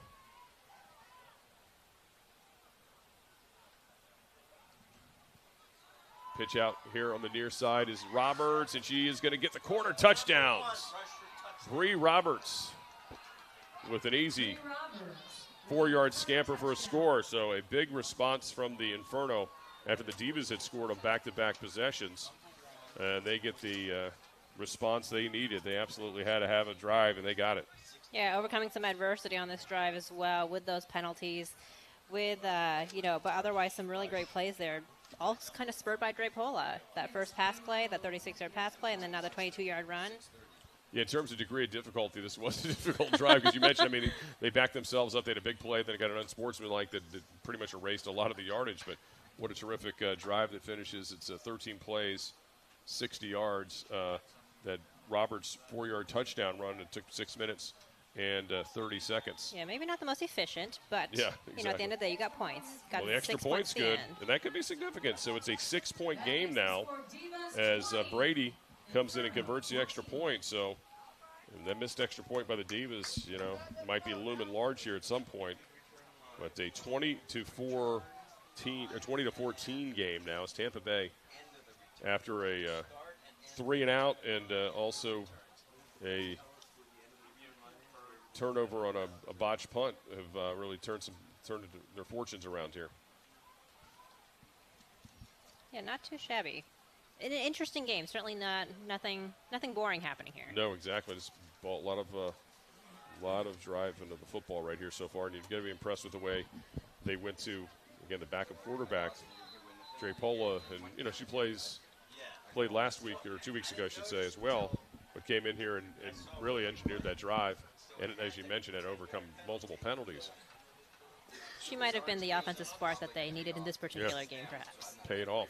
So getting ready to kick it off is Candace Brady, the starting quarterback, who's also the kicker for the Inferno. Back to receive is Ching Johnson and Sienna Britt, 25 and 26 for the Divas. See if the Divas can try to respond here with 5:10 to go in this half, and it's going to go to Johnson. She's going to pick it up on the bounce at the 20. Johnson coming here to the near side, now cuts it back. Spins around, go to the far side of the field at that sideline. She's got some room. She's got the 50, 45, pushed out of bounds, maybe at the, they're going to say the 42-yard line. So an excellent return by Ching Johnson. She always makes something happen when she gets the football in her hands. Cuchiera. Really great field position now for the Divas. They're going to want to take advantage of this. People are fired up as Johnson runs to the sideline. Let's get another look at this. So at first it looked like she was going to come here near side towards us, and then she decides to put it in video game mode. Truly. And just a great run, and talk about somebody tiptoeing the sideline there. That was a saving tackle by Brady, by the way. Almost a 40-yard pickup there. That's the kicker quarterback, Brady, who makes the tackle, pushing her out of bounds. So here come the Divas on offense with excellent field position at the 43-yard line of the Inferno. Handoff, Struber, straight ahead. She's got some space here on the right side. It's going to get stacked up. They're going to give her, looks like the 39-yard line. So solid pickup on 1st and 10 for Struber of 5. 39's good, 4 yards. I'll make that 4, excuse me. So 4-yard pickup as the clock's ticking here in this opening half. So 2 receivers on the near side, 2 on the far, and then Struber stays in the game. To the left of Congialdi is waiting for the snap. 34 still back. Little slant there to Cook, who gets stood up and is going to go nowhere, maybe a yard. That's about it. So it'll set up a 3rd and 5, a 1-yard pickup. So 3rd and 5 coming up for the Divas. And you got to think, too, the Divas at this side of the field, as long as they don't lose yardage, they're gonna make it 4-down territory. Yeah, maybe with a little bit more urgency right now. Official timeout, it looks like. Not sure why, but the officials said, give us a timeout. Now they say roll the clock. Right, so Congialdi, give us Struber in there, Blakely and Cook to the left. The right side is Johnson and White, Bianca White, the far receiver here on the near side. Congialdi takes the snap. Going to roll out. She's got a little pressure on her. She avoids the pressure, still on her feet. She's going to run for it, and she's going to get it. Wow. Congialdi, again, showing that sneaky speed that she has. What a stud. Truly, I've been so impressed by watching her in this game. Really, just great awareness, you know, and again, with the amount of experience that she has, some things come inherently now, I feel like. Watch this. Wow, just runs out of the Blanchard tackle. I mean, you better make sure you wrap her up. You can't just put an arm on her. Oh, you know? no. She's not going to fall down. So Divas, again, in business here. 1st and 10 at the 32-yard line of the Inferno. Give to Struber, going left, and now going to get stacked up as she hits maybe past the 30-yard line. They're going to give her just at the 30. So 2-yard pickup on 1st and 10. 2 yards is good. Clock moving. The Divas would like to put this in the end zone and with as little time as possible if they can do it. Of course, they did have the ball first, so Tampa will get the first possession of the second half. 2nd and 8 coming up. Congialdi with Struber next to her. Back to pass. Going to load up, going towards the end zone. She's got a player there. Overthrown, incomplete to White. So White at the 5, just a little bit of an overthrow. Pretty good coverage, too, on that side of the field. Yeah, great coverage by the Inferno DB there. I think it's Meg Joyce. So 3rd and 8 coming up. And again, got to wonder if the Divas think this is 4-down territory.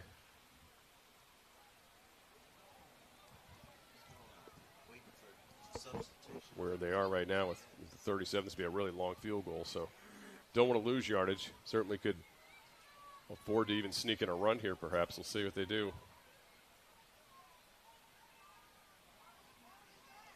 Congialdi waiting for the snap. Now she calls for it. Under pressure, throws over the middle. Oh, diving catch! No, incomplete. Oh, Britt. Oh, had it for a minute. And, I mean, she had to get rid of it in a hurry. She was there was a rush right up the middle. And Congialdi just had to let it fly. Oh, but Britt, great effort there. Laid out for that one. But here you go. See the pass rush. Blanchard got in there fast, so she just had to let it go. Oh, she had it. She had it. She knew it, too. So here we go, 4th down, and I think we're going to get a timeout. 2:31 to go. They're going to talk it over.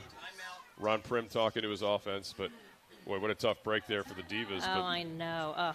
That was a good throw, especially with the pressure on her. Maybe she could have. She had a little bit more time. That's probably one that is an easy pitch and catch for those two.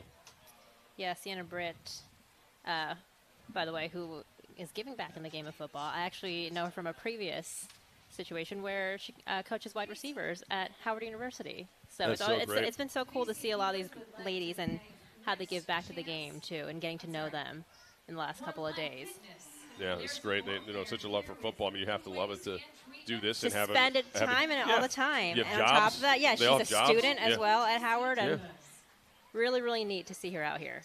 All right, so the Divas after the timeout, big 4th down here, 4th and 8, trying to put some points on the board before the end of the half. And Tampa's got to be excited if they can get a stop here because they'd have time to move the ball down the field themselves. Trips to the right of Congialdi. Back to pass. Got some time. Going to throw it over the middle. Caught Blakely.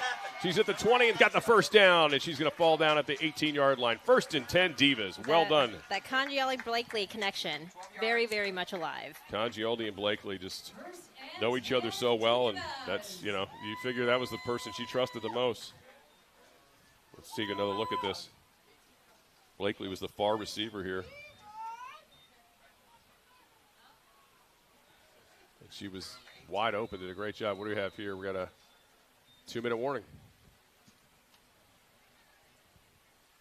2-minute warning. Of course, play college football rules, so it's The newish. 2-minute timeout. It's newish. Right, isn't with it the 2-minute timeout now? Yeah, the 2-minute timeout. Yeah, they can't call it the 2-minute warning. The NFL would sue them. So, yeah, the 2-minute timeout. Let's get another look at this 4th down play. So, Congialdi, Blakely gets it wide open there at the 20. And then she knows where the markers are. She made sure she was inside the markers and got down. So that was a big conversion for the Divas at the right time. Yeah, great awareness, too, to be there, right where she knew where she was. And, again, how many things can we say about Amanda Congialdi right now? She's been phenomenal in this game so far. Yeah, she's really spinning it back there. A lot of confidence. I mean, avoiding the rush, running when she needs to. And really commanding this offense. Yeah, absolutely. So 1st and 10 Divas, 2 minutes left in this opening half. They'll be at the 18-yard line of the Inferno, trying to put some points on the board before the end of this half. Obviously, Inferno with a good response after falling down by a couple scores to get that last touchdown. Divas now trying to answer that drive. I'll be interested to see if they go for the 2 immediately if they do get in the end zone. Here we go, 1st and 10 from the 18. Congialdi gets the snap, looking right, throws open, caught, touchdown, White Wow. in the end zone. Bianca White, her first touchdown of the season. What a great throw again.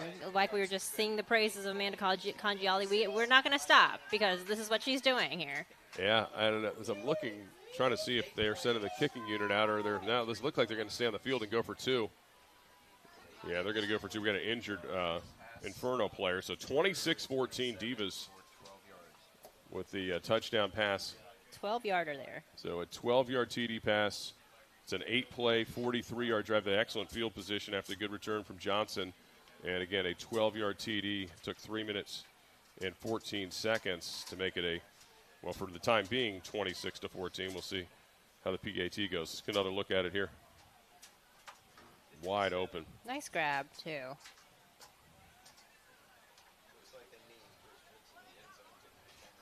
And, again, White. Good job to secure it and finish the play.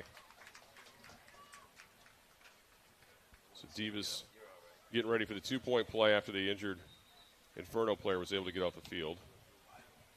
It's good to see. But I think that might be Blanchard again. That's the second time Keo Blanchard's had to walk off the field, so hopefully nothing too serious. Here comes the 2-point play. Divas will have Whitney Sims in the backfield. Hall is the fullback. 2 receivers to the right of Congialdi, 1 to the left. Snap, give to Sims. Sims is going to go straight ahead. Bounces through, pushes through. Nobody's stopping Whitney Sims. 2-point play, Divas 28-14. Yeah, nice little lane there. Kind of tiptoed a little bit, waited for that lane to open up, and then right into the end zone. Yeah, there was no question who they were giving that to. Sims was taking it the whole way.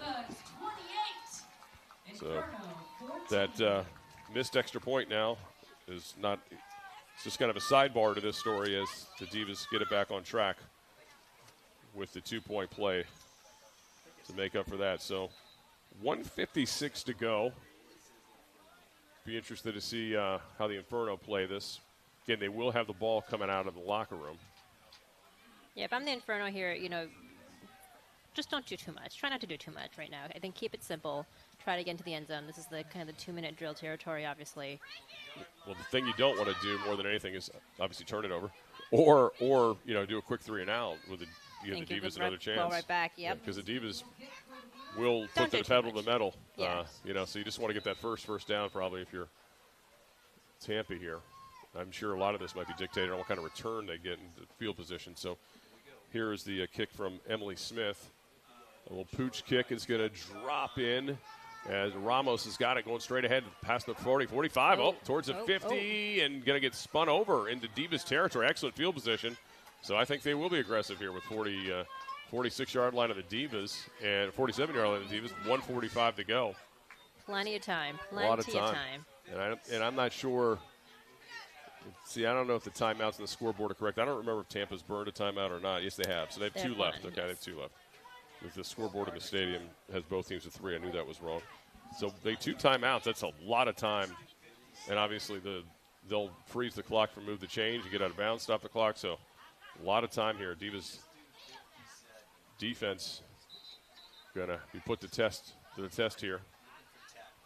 One last time in this opening half. Interesting. So back to Candace Brady at quarterback. So that was just a rotational thing. Okay. With Dre Pola coming in. So Brady back in at quarterback. And 2 receivers each side. And 1 back. Bad snap. Brady picks it up, though. Rolling, throwing it away, and that's not going to reach the line of scrimmage. But did at least get it out of bounds. You did have an intended receiver, so no grounding in play there. But that could have been a huge disaster. What do we just say? Don't do anything stupid.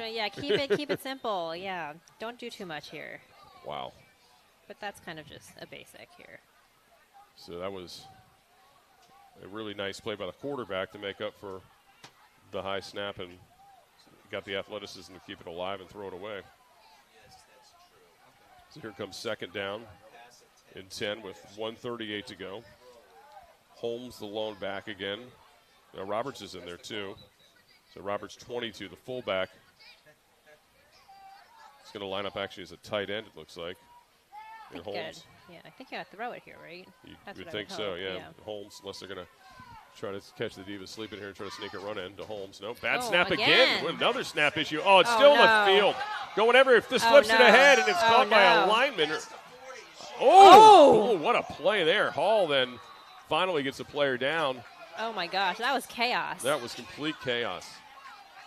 I'm not sure what we just saw there, but trying to keep the ball alive, trying to keep the play alive, I think is what we have just witnessed. Yeah, and now we're calling the play dead, or blowing the whistle here because I think it was an injury. Injury timeout, yeah. Let's see. Was that Brady kind of dropped and then kind of chucked to the ground and then picked it up again, it looked like? 40 was, I guess, not an offensive lineman, so that was legal. See, I was wondering at first if it was illegal touching, but apparently not. That was interesting. Huh. Although I think 40's the right tackle. I don't know, unless they're calling that a fumble and not a forward pass. I think the Divas staff is yelling to the referees because that was a right tackle that caught the ball. Not a tight That shouldn't be able to happen. So I think that's what part of the conversation here is. Yes, we try to. Or what they would like the conversation to be. Yeah, it should have been an illegal touch, and I think now the referee's going to address that. -7.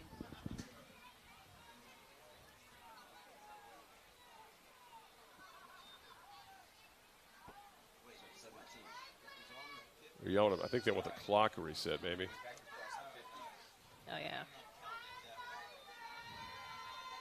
Yeah, a lot of conversations happening on the field right now between staff and referees. Yeah, that works too. As long as it's -7. Whatever the explanation the Divas staff got, they're not believing it. So 3rd down now. Okay. And the Divas, this is interesting here because you get a stop here. You get the ball back. Yeah, you get the ball back, plus you have your 2 timeouts. Inferno, I don't know if they were charged for a timeout for that injury or not because it was under 2 minutes. All right, here we go. Now they got Dre Pola back in. Now they're going to start the clock, okay, with 1:03 left. So Bailey Dre Pola going to throw it. Almost picked up, but instead caught by Roberts, who's going to tippy-toe and be short of the first down. But, wow. You can see over there, King is like, almost had it. So they're going to have to punt. Or are they going to go for it? They're going to stay on the field. Let's see what they do. Now Dre Pola's going to stay out there. This is a 4th down for the Divas 45. All right. gutsy call. Yeah, but 51 all right. seconds left. I guess they figure, okay, we're on their side of the field. Yeah. But if you get stoned here, that Congialdi arm, he might regret it. We'll see. But Bailey Trepola, the quarterback, in there again. Back to pass. Throws it out here on the near side. Incomplete, no. and the Divas are going to take over on downs with 47 seconds left. That's a lot of time for this offense to just go 55 yards. Look, at the beginning of this drive, we said don't be too cute. Right. Keep it simple, and they did everything but that. Yeah. Maybe we should be maybe we should be out there telling them this. Yeah, you want to be aggressive at some points, but then, it ends up kind of biting you a little Yeah, bit. that was not it.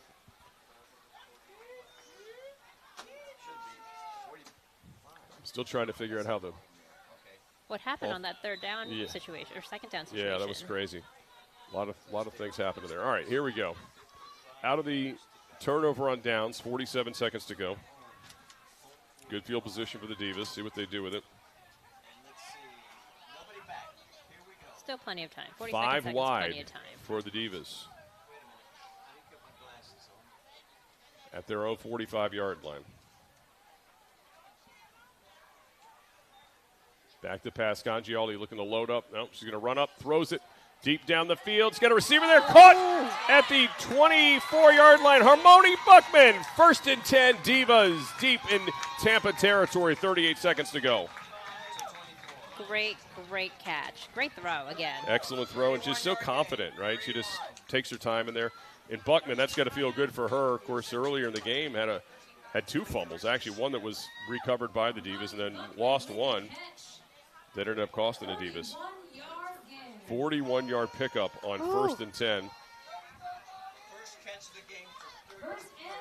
So Buckman, who in the last game had 48 yards receiving on 6 catches, gets her first of the day. And the Divas burn a timeout, one of their 2 remaining timeouts. So they have 1 left with 38 seconds left, trying to get organized here. Ron Prim there, the offensive coordinator, talking it over.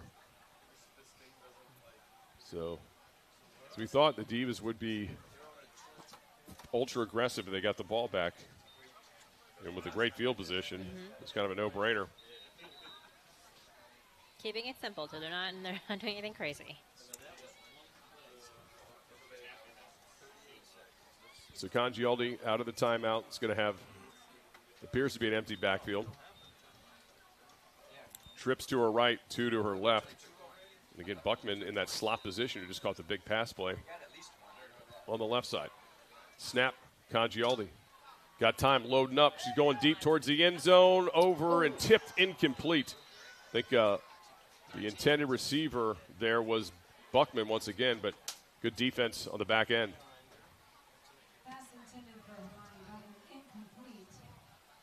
It's a really good D there. Yeah, it Let's looks take like she another might have look. been in double coverage. Sat on that. Not. With a tip up there. Excellent play by Baker. Amaya Baker with the tip off. So, same formation for Congialdi. Congialdi with 33 seconds to go. 2nd and 10 from the 24-yard line. Gets the snap. Got time. Loading up over the middle. Oh, incomplete. Couldn't quite get it there. It's a Blakely. She had a short arm it. There was a couple of defenders there. So 27 seconds to go. 3rd and 10 now. And again, the deepest ball sits at the 24, so not sure they feel comfortable with a field goal there. This might be a 4-down situation. Yeah, and they've got time. They've got plenty of time for that.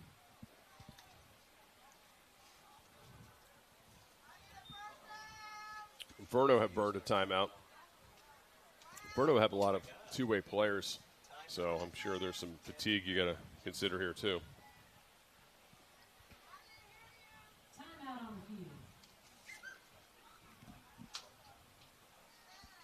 So if the Divas here, it'll be interesting to see. You could really try to get a little part of this first down. You're going to go underneath here.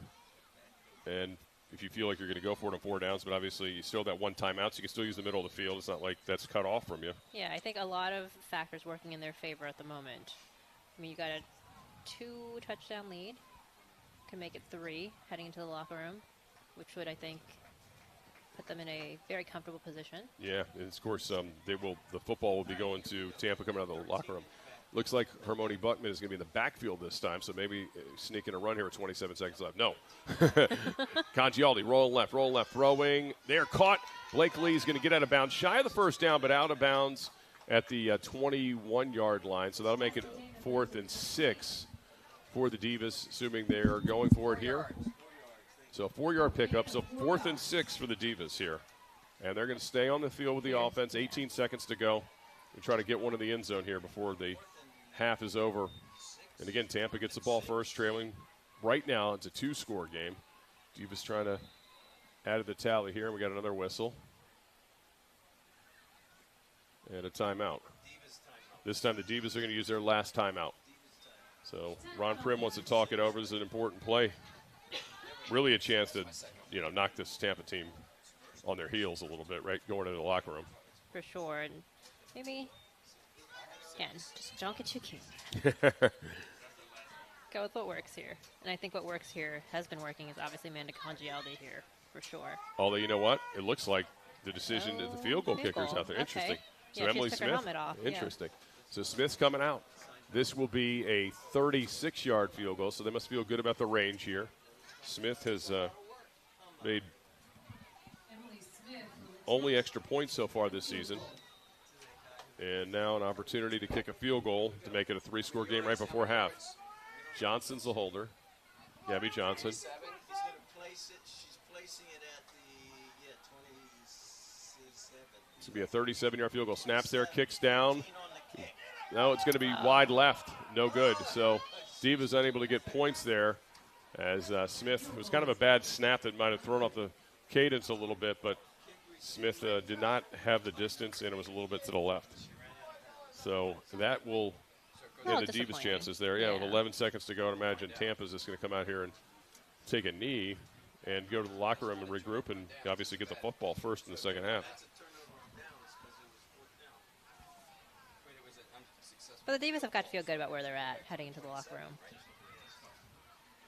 Again, a two-score lead is not bad by any stretch of the imagination. No. I think a lot of teams would love to be in that position heading into the locker room. So Divas with 11 seconds left to miss field goal ends that drive. And now it was kicked from the 27. Oh, because I think she caught it and fell out of bounds. Thank you. All right, so a touchback after Meg Joyce caught the football in the end zone. Interesting. So Trey Pohl out of the shotgun. No, they're going to load up one more time. Why not? Going deep, trying to test Johnson. Johnson picks it off. Picks it off, and Johnson trying to keep the play alive. Gets taken down with 1 second left. I don't know if the Divas, they're going to come out, and why not? Why not run one more play? Listen, one second is all you need, right? Yeah. So Ching Johnson with a pick. And I'll tell you what, there was a good tackle by the receiver because Johnson is the last person you want to have the football in her hands if you're on offense, because she will take it to the house. That was a underthrown ball. Excellent coverage. Trying to get to Ramos great again. Great awareness there. Oh, my gosh, juggling the ball a little bit. But great job by Ramos to hold on because there was a chance. I mean, the Divas could have really, with Johnson's ability to run, that could have been dangerous.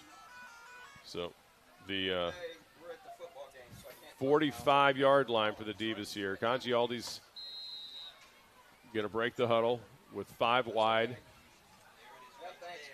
A little bit of confusion. Yeah, buy some time, block, and run for your lives. That's what we want here. Go deep and get open. Here we go. Now White is on the near side, so trips to the left of Congialdi. And one play coming up here. Or, of course, if there's a penalty on the defense, it gets extended. Congialdi under pressure. She's going to get sacked. No, she's out of the sack. Not. No, she's never going to take a sack. But she fumbles the football and then falls on it. Wow, that was not what you wanted to see here at the Divas. Congialdi going to be okay. But another Tampa player's on the ground. Tampa's really had a rough half with injuries. And the half's going to end. Yeah, well, the player's going to get up.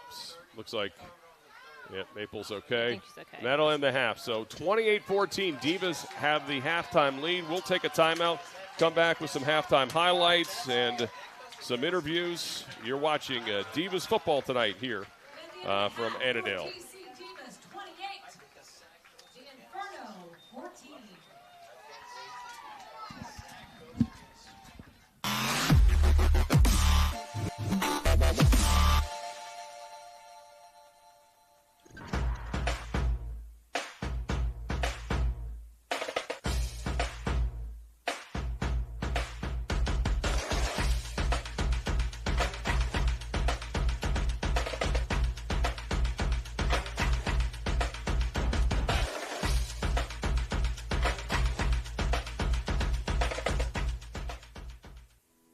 When your commercial plumbing project calls for a job done safely and on time, then your job calls for the plumbers of Local 5 Washington, D.C. Local 5 will always deliver the most skilled and well-trained plumbing craftsmen in the DMV. If you're a contractor who needs safe jobs done well, you need the plumbers of Local 5 Washington, D.C. Start your partnership with them today. Visit local5plumbers.org. That's local5plumbers.org.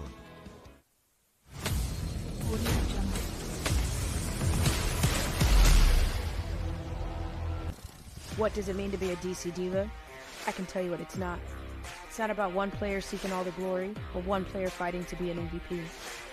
It's about a team fighting together. Women's tackle football is reserved for the resilient. This game is not for the weak. And if you haven't counted up the immense cost to be part of this sisterhood, don't even step foot on this field. You will hurt. You will feel real pain. And you will have to earn your keep. In the end, you know one simple fact. We will make it. So what does it mean to be a DC Diva? It means to play for the name on your chest and not on your back. And when you get that, you know you're part of something bigger. The Dog Store, everything a dog lover loves. Thank you to Beatty Management Company for today's game and broadcast partnership for their support of the DC Divas. Beatty owns, operates, and develops neighborhood and community shopping centers strategically located in the most desirable and productive markets throughout the greater Washington, D.C. and South Carolina markets. We got another break. We'll come back. Divas on top of the half, 28-14.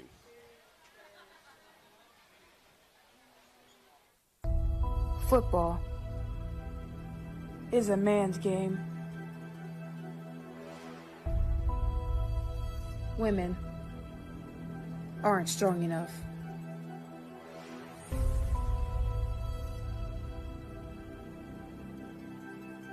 Fast enough. Good enough.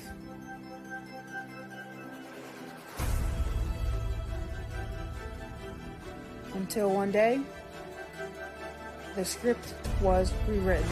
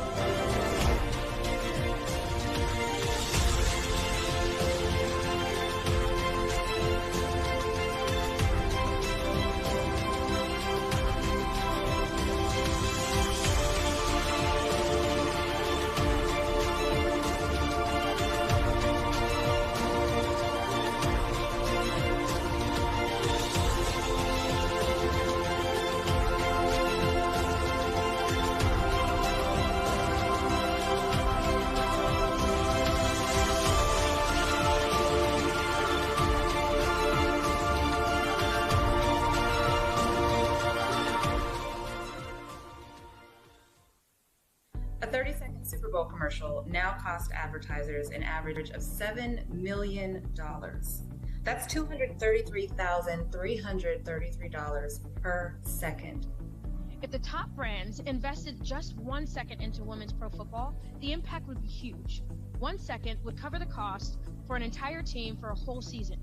People ask why women's football is so important in our society, and it's because we're so diverse.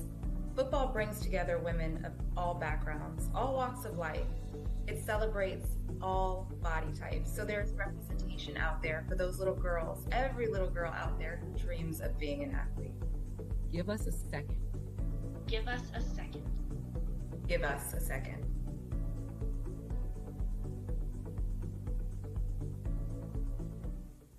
Here's to the crazy ones the misfits, the rebels, the troublemakers, the round pegs in the square holes, the ones who see things differently. They're not fond of rules, and they have no respect for the status quo. You can quote them, disagree with them, glorify or vilify them, but the only thing you can't do is ignore them, because they change things. They push the human race forward, and while some see them as the crazy ones, we see genius. Because the women who are crazy enough to think that they can change the world are the ones who do. My name is T. Roberts. I'm the fullback for the Tampa Bay Inferno. It's just to see women in like the NFL, coaching and referee standpoints, and see us in higher power positions like that. I think that it is now time for them to recognize that we do the same exact thing that the men do.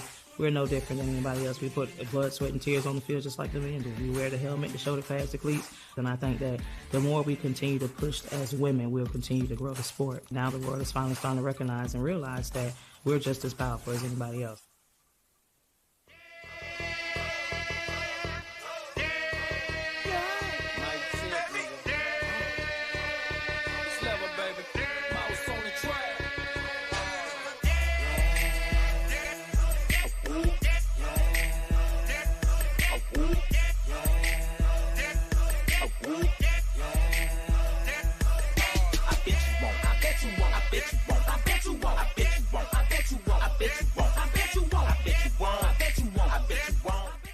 People ask me all the time, why do I play football? And the answer is simple. I like to hit people and not get in trouble for it. But the other reason, more importantly, is the bond that I share with my team. My teammates become my family, and that is something that I've been able to cherish throughout the years. Women athletes move mountains, and as powerful as we are and as powerful as we feel, one thing that we cannot avoid is life. Life happens, and we are not immune to bad days. I had my own personal struggle with a lot of bad days last year. I was dealing with depression. It was the first time I'd ever felt it, and I didn't even realize I was going through it half the time. But my mom died of cancer, and I was her caregiver for several months, and to see and feel and watch her transition was a very difficult experience. And then she died. And then I had to have a new journey and a new perspective in life. And I just want to encourage you and remind you that there is no one way to grieve. There is no one way to heal. And just because you are grieving or healing does not mean life stops happening. Sometimes life will hit you with one tackle. Other times it's a pile on. But just know that no matter who you are, where you are, no matter who I am, where I am, we all have to go through life. And so I'm right here with you. Lean in on those that you cherish, whether it be a team, your friends, your family. And if all else fails, let's go play football.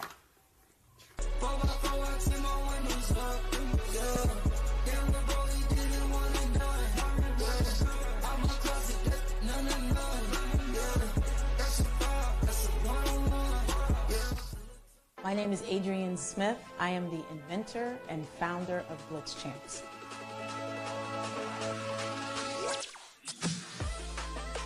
One day I was like, you know what? It would be great if I had a product that could help spread the love and joy and knowledge of football.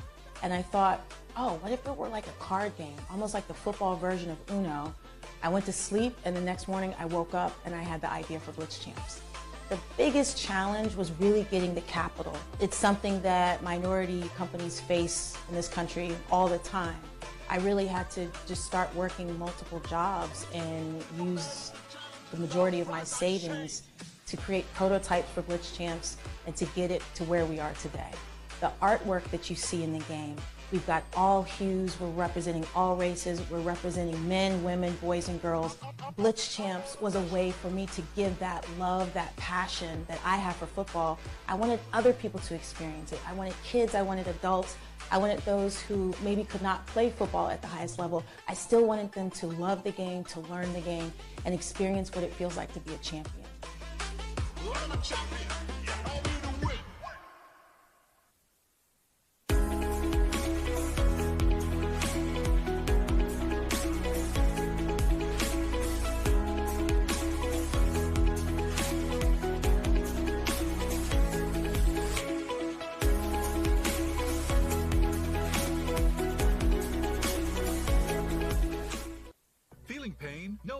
options before surgery. The top physicians at Regenerative Orthopedics and Sports Medicine are leading the way in regenerative medicine. Take a new path to healing with non-surgical treatments and state-of-the-art orthopedic care. Patients are avoiding unnecessary surgeries every day at locations across the DMV. Find out what regenerative therapies can do for you and schedule your virtual or in-person consultation with Regenerative Orthopedics and Sports Medicine. Start your dynamic diagnosis and treatment plan now at rosm.org. And now another contractor spotlight from IBEW Local 26.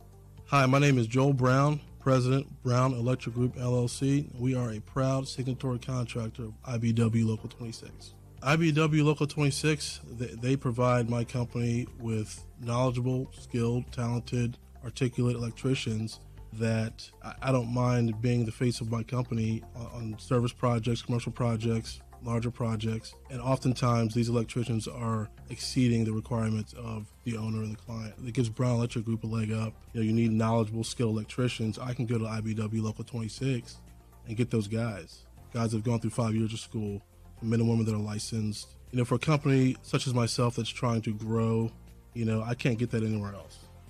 To start growing your electrical business, go to ibewlocal26.org and click Business Opportunities. IBEW Local 26, where electrical contractors come to grow. Avoid unnecessary surgery. This Good Morning Washington Spotlight on Your Health is sponsored by Regenerative Orthopedics and Sports Medicine.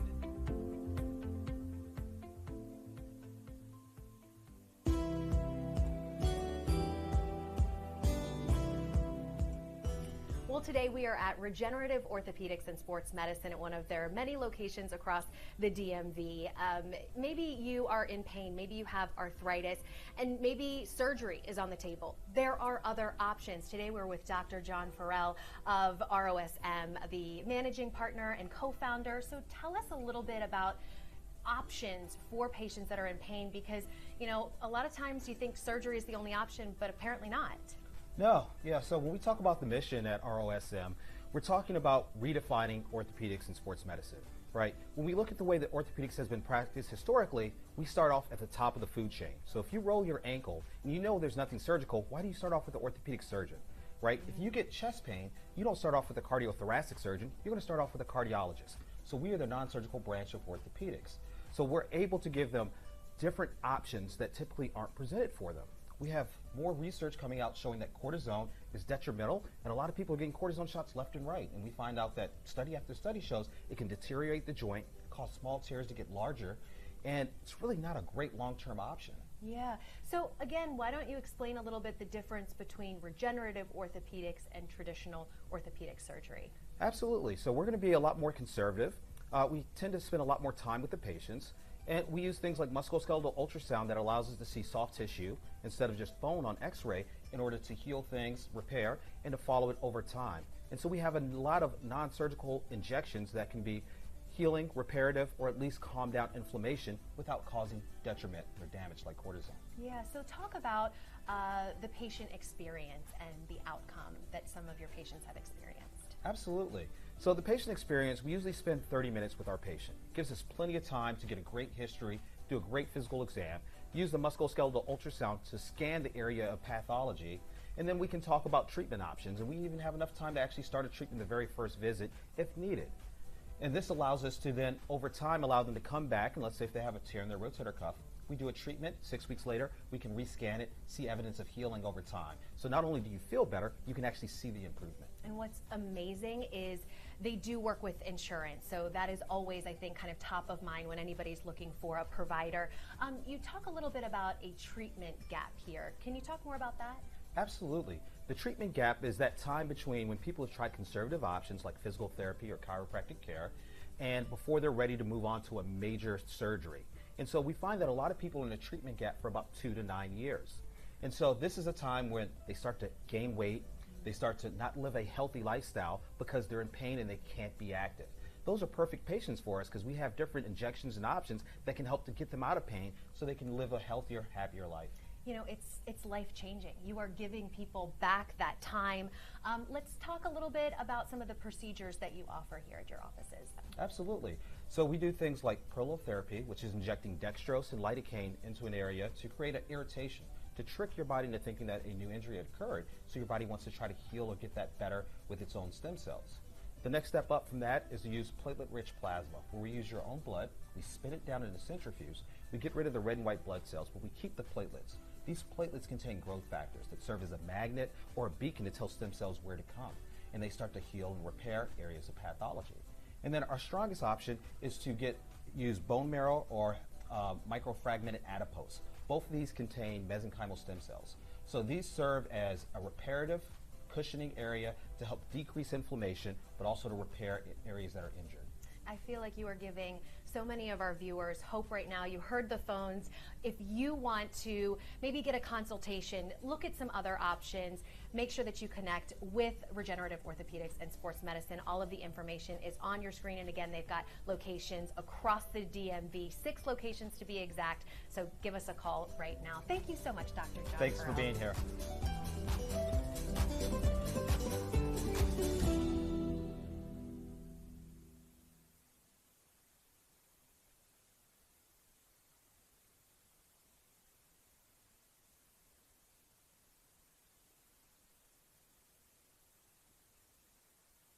Do you have an air conditioning emergency? If so, you need HVAC 911.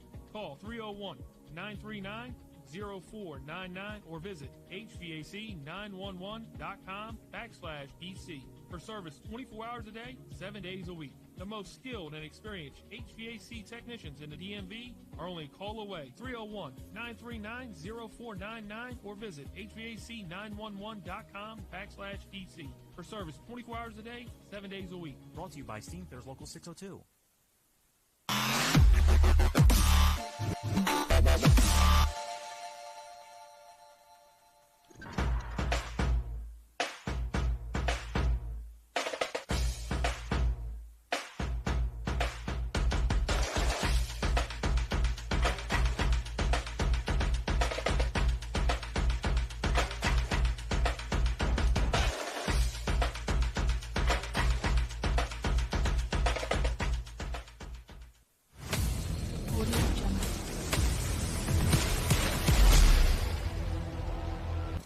What does it mean to be a DC Diva?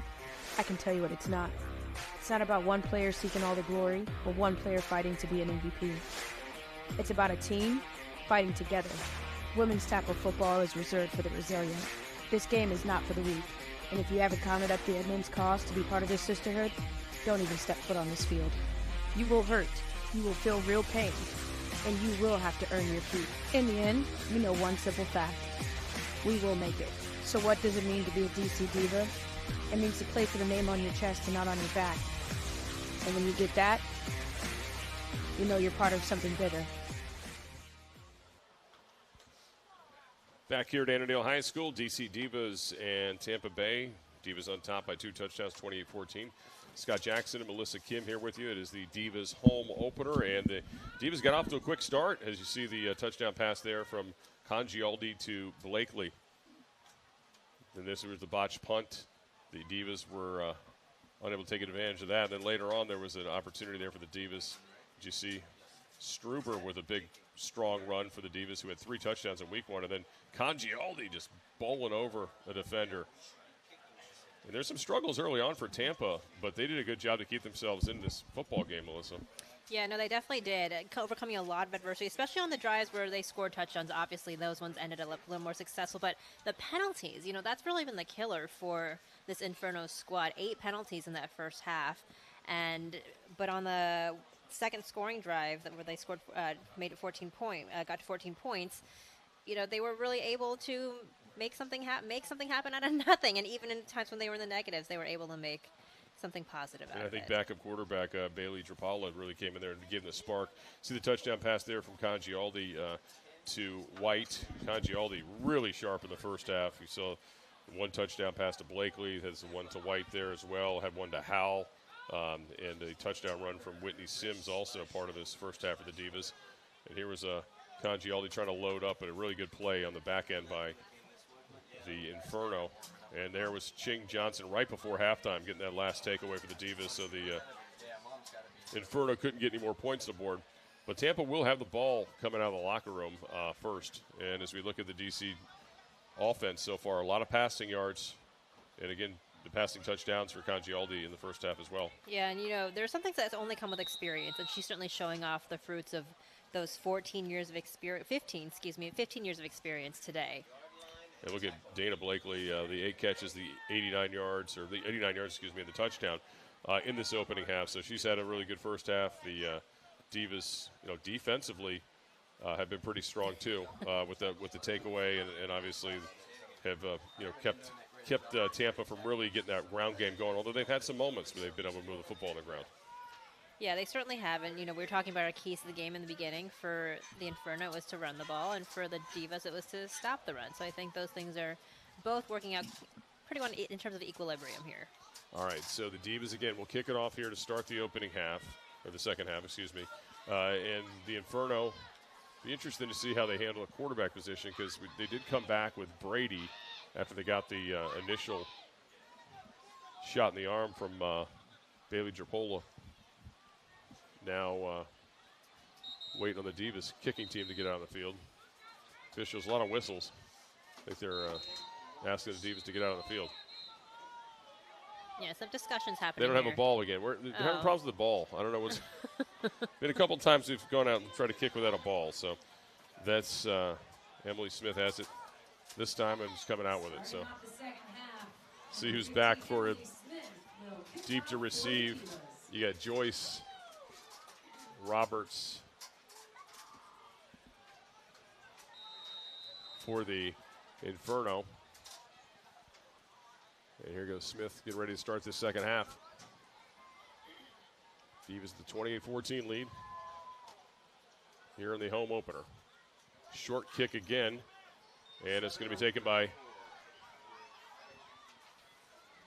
Ramos, who's going to get it to maybe the 45-yard line. That's pretty good field position once again for the Inferno, who will start there first and 10 as Ivana Ramos, the wide receiver, takes the short kick and gets it up to the 45. Yeah, but if you want to imagine the halftime conversation in the locker room of the Infernos, I think coaches are probably like, we're doing some good things, got to clean up the penalties, play a little bit more disciplined, and focus on the good things that we've done, right? They were able to get some great pass plays off. I think running the edge was obviously a strength for them in the first half. So perhaps using things that have been working so far. All right, coming out of the huddle, we'll see who comes out on the field at quarterback, and it is Bailey Drapalo once again. So backfield with T. Roberts as the deep back. This time the fullback is Shantia Holmes.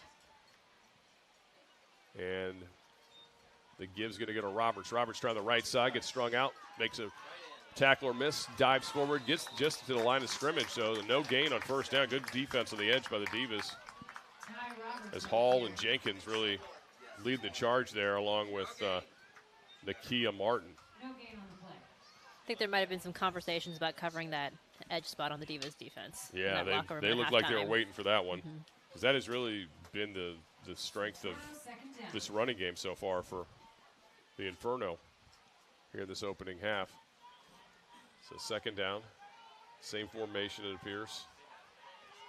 Holmes the fullback and T. Roberts the deep back.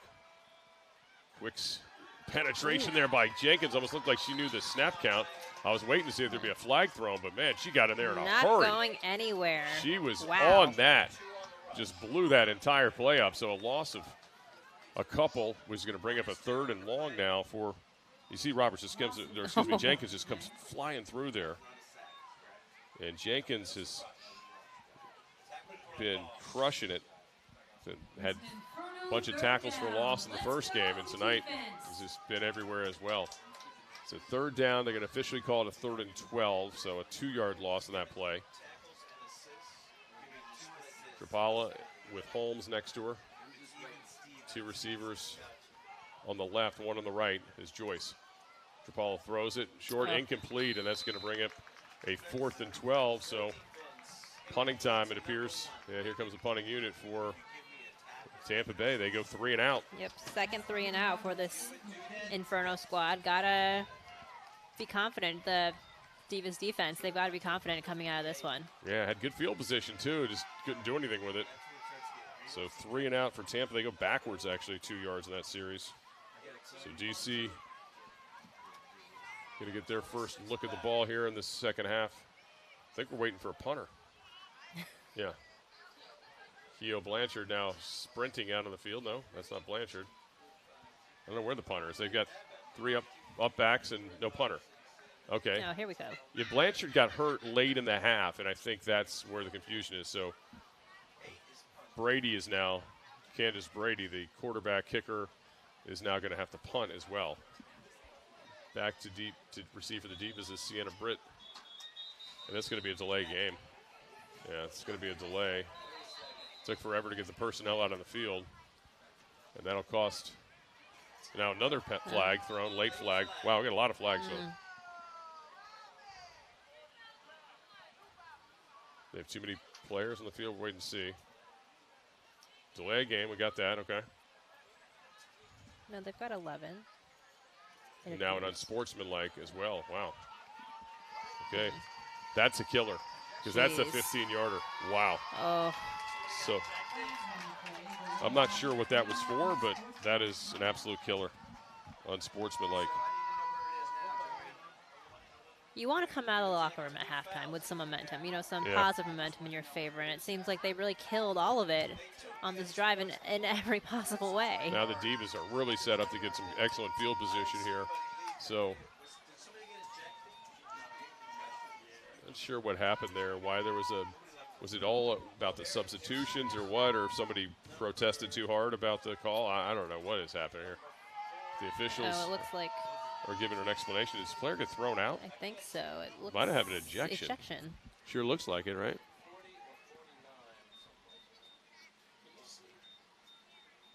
That is 40 that has been thrown out. Jenrette. Oh, Maria that's a lot. Jenrette. That's a tough loss for them. Yes. Well, that's a big loss. Offensive lineman. She's been pretty instrumental. Yeah, the right tackle. So here we go. Now try it again.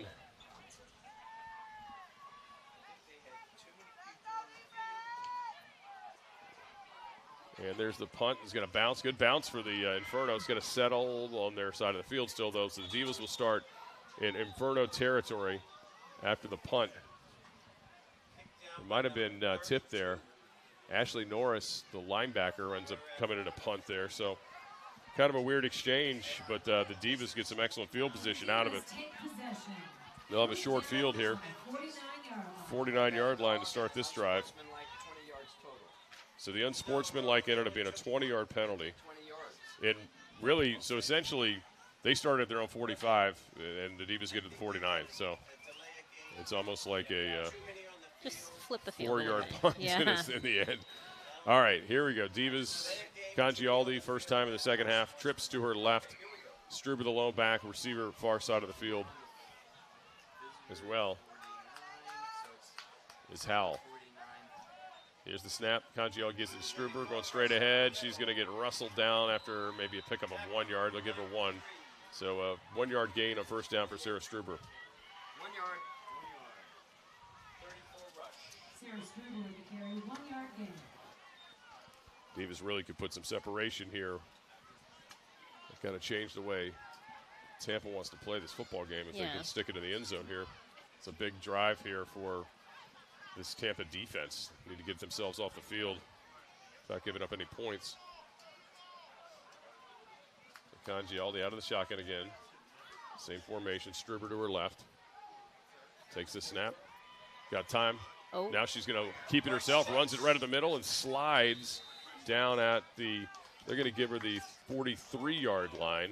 So that's going to bring up a third and about 4. Third and 4 coming up for the Divas. And Congialdi really making plays happen here when she looks like she might not have anything else. Running right up the middle, finds an open hole, picking up almost the first down, about 3 yards short of the first down. It's a big third down coming up, so they're going to call it 3rd and 4 after the 5-yard run Congialdi officially gets. So they're going to need to get to the 39. Again, we've mentioned this a lot, but could think this side of the field, this could be 4-down territory for the Divas. So Struber, the lone back with trips to the left of Congialdi. Congialdi looking to load it up. Throws it over to Blakely. Oh, wow, right in Blakely's hands, and she's she knows sick about it. Yeah, hits her right in the chest. Those two are money usually in that situation. We've seen her go to Blakely a few times, even on 4th down here today. So the offense will stay out as predicted on a 4th and 4 coming up. It's a good throw from Congialdi, and yeah, Blakely. She had it. She had it. She knew it. You wonder too. It's getting dark. The lights now here. What the vantage point is for these players in the field. Yeah, just a little adjustments, I think, for both offenses. It appears right out of the gate.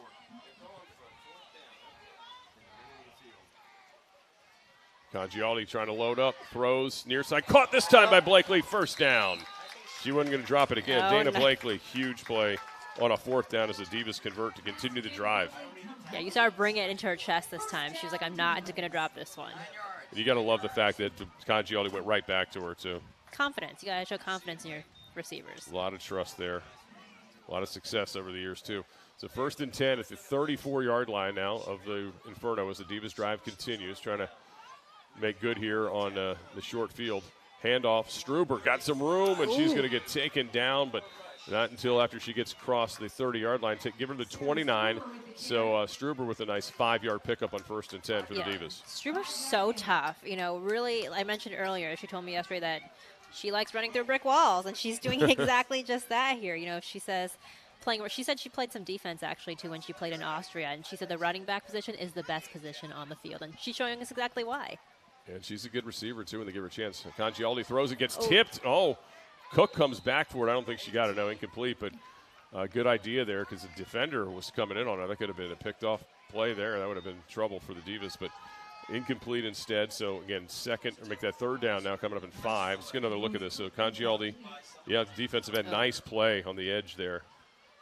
Just getting the hands up to block it, and it looked like Alexandra Houston made the play for the Inferno. So, 3rd and 5, and again, probably a 4-down situation for the Divas if they can't convert.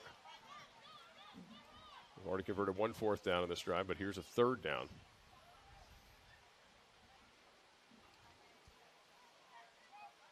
Congialdi going to give it to Struber. Struber's going to try to get ahead. She's got it. And then some. Yes, she's going to be close to the marker. Yeah, she's over the marker. Yes, 1st down. Should be moving the chains here. And then some. A couple extra yards there. Got for good measure. Got it with no problem. So big run by Struber gives the Divas a 1st and 10. They're going to mark the ball at the 29-yard line. Excuse me, the 24-yard line. 24-yard line the ball sits for the Divas of the Inferno. As this drive continues, DC defense got them a 3 and out. A couple penalties again, which has been a recurring theme with the Inferno, also set them back with some field position, giving the Divas the short field, and they're trying to make them pay for it. As the drive continues, 1st and 10. 2 wide on each side, and Struber in the backfield. Congialdi's rolling to her left. Left-hander loads up. It's got Blakely in the end zone, and tipped away. Ramos, I think, got a fingertip on it, and Blakely couldn't come down with it. Almost there. And we've got a flag right near where Congialdi threw the football, so we'll see what that call is. Congialdi went up to pat Blakely on the head. Personal foul, looks like. Roughing the passer. Again, the Inferno just killing themselves. They're really loading up on penalties here. Wow. I know we were talking about penalties for the Divas in our pregame segment, talking about what they had to do. They've been doing great in terms of penalties. They only have 1 on my count, but they've Inferno really cleaned it up. The Divas had there was like the one downside to that win they had in Philadelphia was all the penalties. So here we go. Divas now, after the 15-yard penalty, 1st and 10 at make it the 13-yard line. So they can get a 1st down before a touchdown. So Struber stays in the game.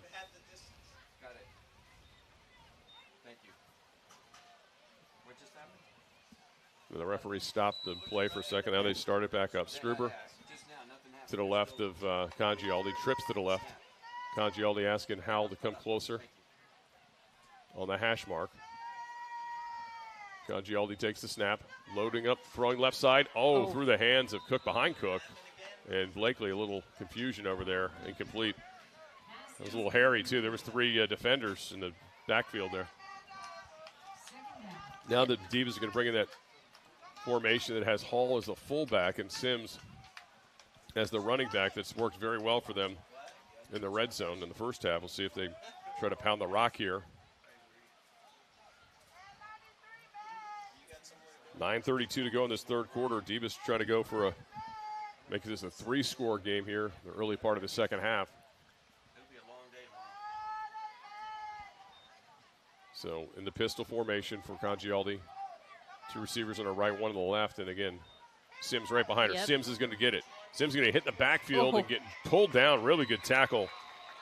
Really well done by Maggie Etheridge. I mean, that is a tough person to bring down. So Maggie Etheridge does a great job to make that a no gain, but Sims is so strong. She gave her a little bit of a ride, even though she got her a yard or two behind the backfield, and she still kept pulling forward. Yeah, really killed any momentum that she was getting there. But Tampa was all over that play. They saw the 2 players, the fullback come in, really 2 fullbacks essentially with Hall, and Sims is pretty much a fullback. Yeah, you got to know where that one's going if you're the Inferno defense. I was kind of wondering if the Divas might run a play action off of it, and they show the same formation again here.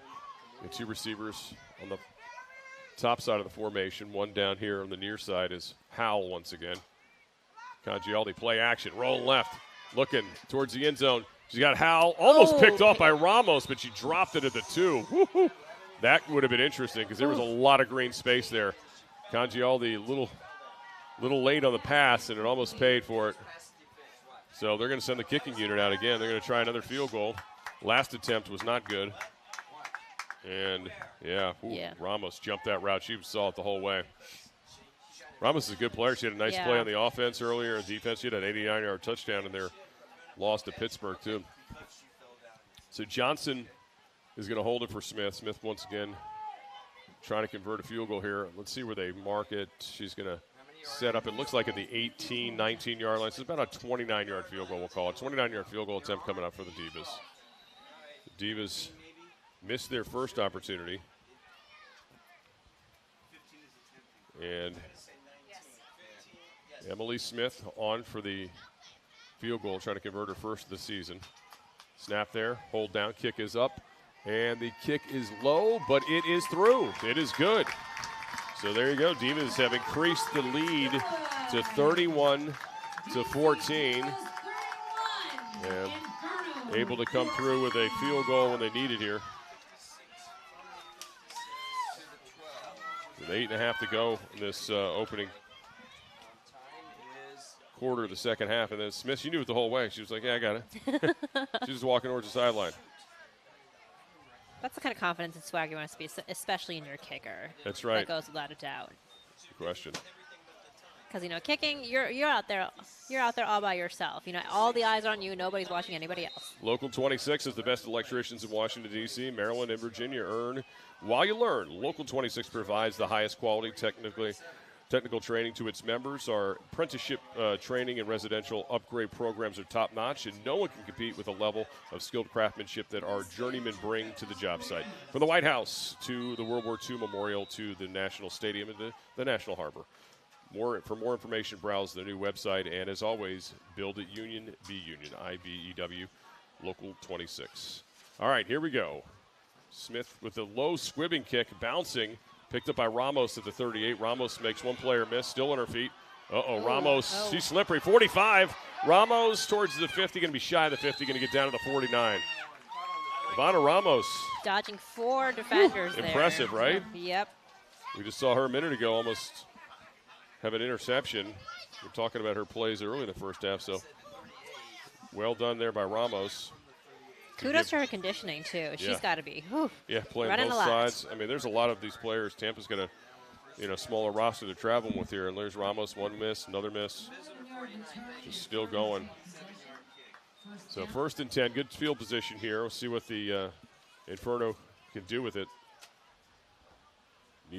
Probably want to get some points on this drive to answer the Divas. Bailey Drapala has 2 backs behind her. Robertson, Rutland. Out of the I formation.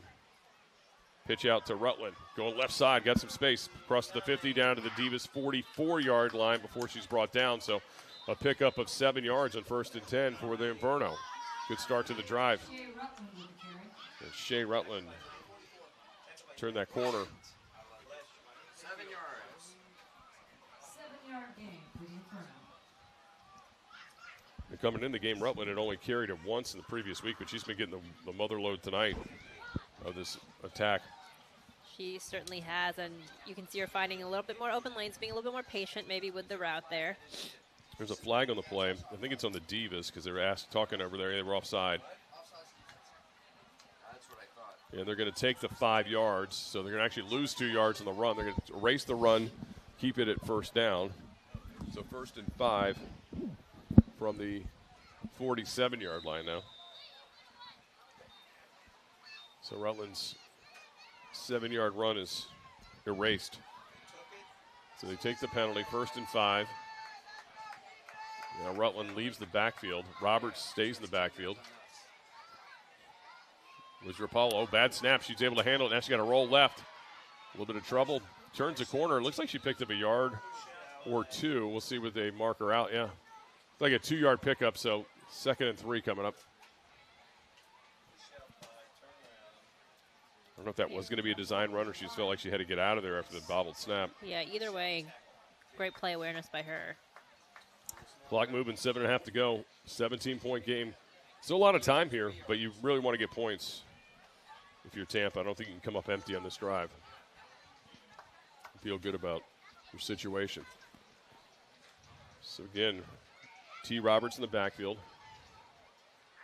Back to pass, Strapala thrown out here to the near side. Caught by Joyce, her first catch of the game. Ooh. Joyce is going to have a first down and a little bit more down to the Divas 37-yard line. Good tackle on the edge there by Janiyah Silent Davis.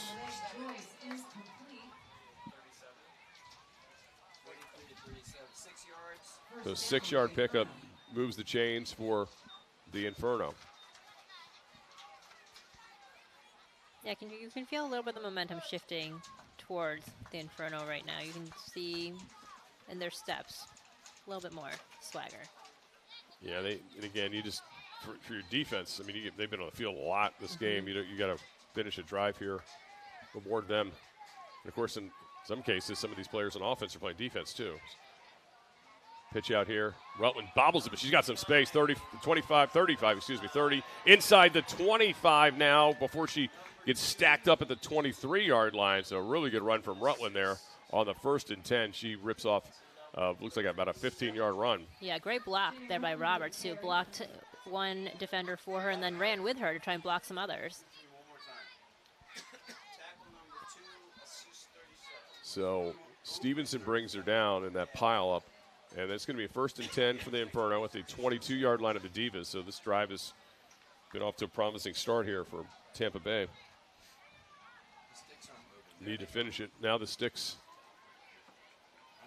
are heading down. And I think there's going to be a little bit more added to this run because it was a face mask as well. Wow. So the face mask adds another few yards, puts it 1st and 10 at the 12 now. So now the Divas being a little bit charitable out here. Yeah. It's another half the distance penalty.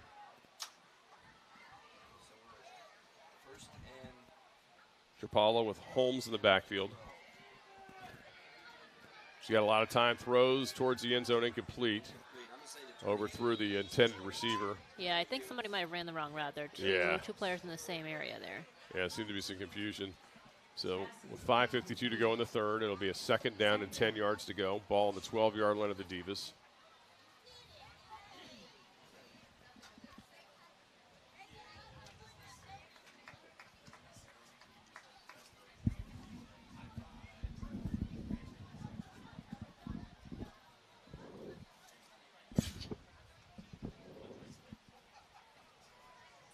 Out of the huddle.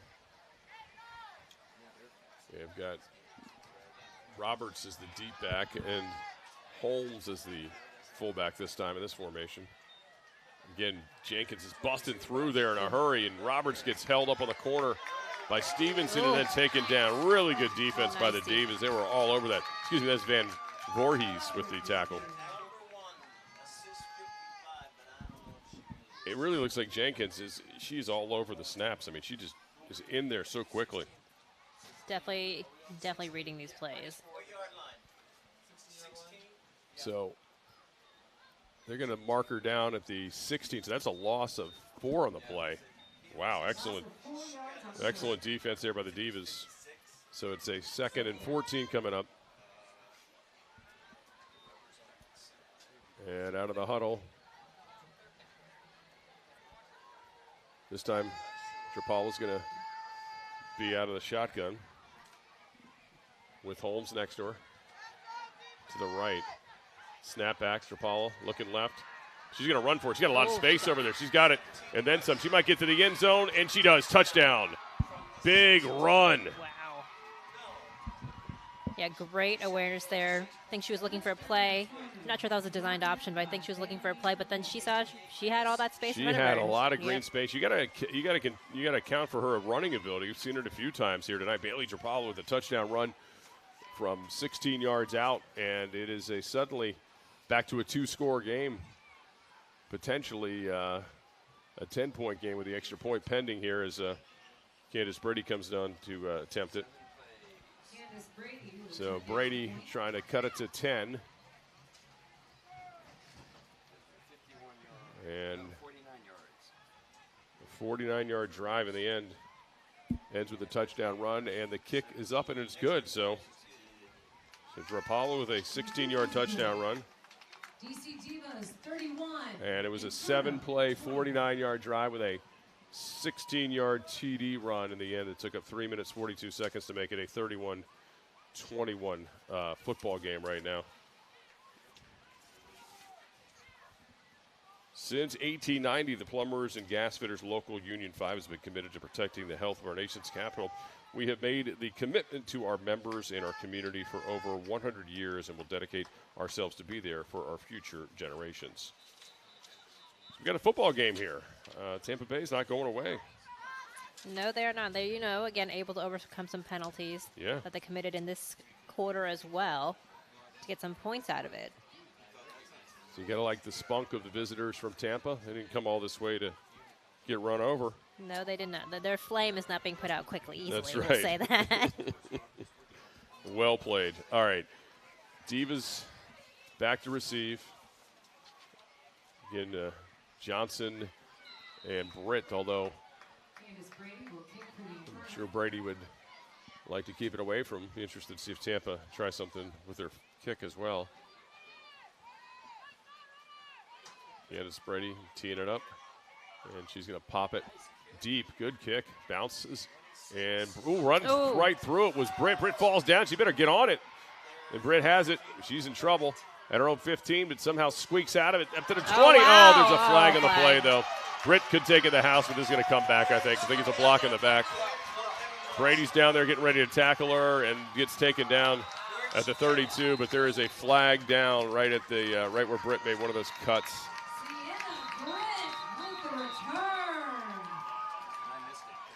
And then we got an injury, too, laying down there. Got an injured player on the field as well for Tampa. A lot of activities on this. A lot of things going on here, yeah. Got the referees talking. We've got 2 flags in the play, apparently.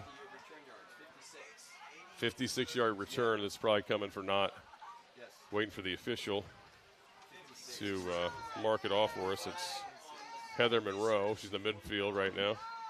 She's keeping us in suspense. So they're marking this off from where the return was.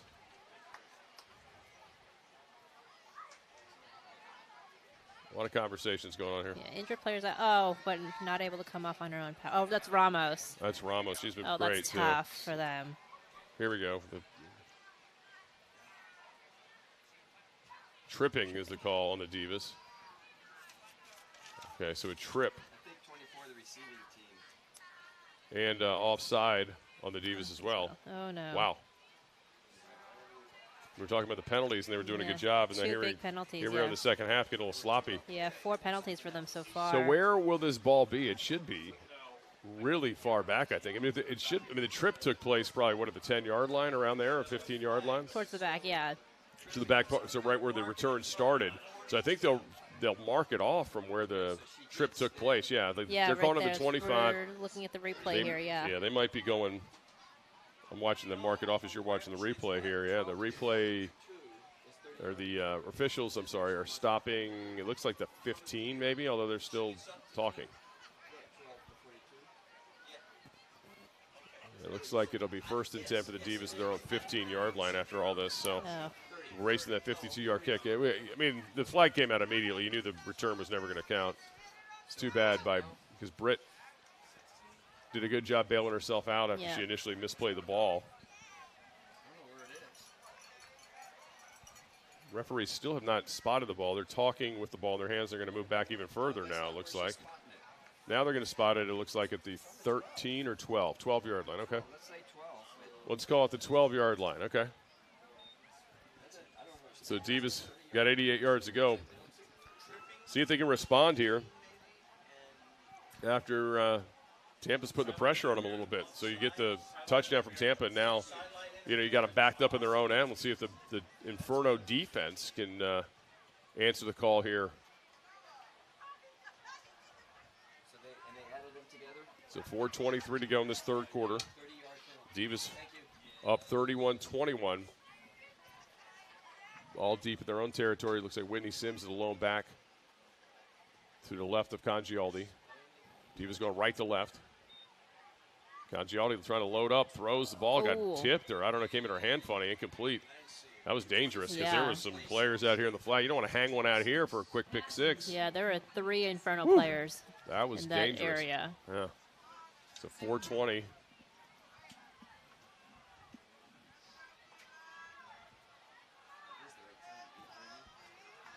So that stops the clock. That's important if you're rooting for the Inferno too. You don't want to keep the time on the clock while you're trailing in this game. Give to Sims going straight ahead, bounces off another one. She's crossed the 23-yard line. I think she got the first down. What a great 10-yard run. Nifty. Started middle, went just kind of shaded right. Made a couple cuts. Let's see if they call it a. I don't know if they're going to move the chains or not. Maybe it's a 9-yard, nope, 10-yard run. They say move the chains. What an excellent run. Whitney Sims, they needed that. Yeah, they needed that spark for sure. Needed some breathing room. And I was about to say, the Divas haven't really been able to run the ball consistently here tonight. Struber had some good runs, but this would be the time you'd really like to think you could lean into your ground game to kind of work the clock and, wear out this Inferno defense a little bit. And now it's another carry for Sims going left. This time she gets cut down from behind. It's going to be a no gain or maybe a half yard, I think. So they're going to call it a no gain. So a no gainer. Sims is going to come out of the game now. She'll sit down. Vanetta Gooden now comes in. They're keeping more of the power backs on the field at this point.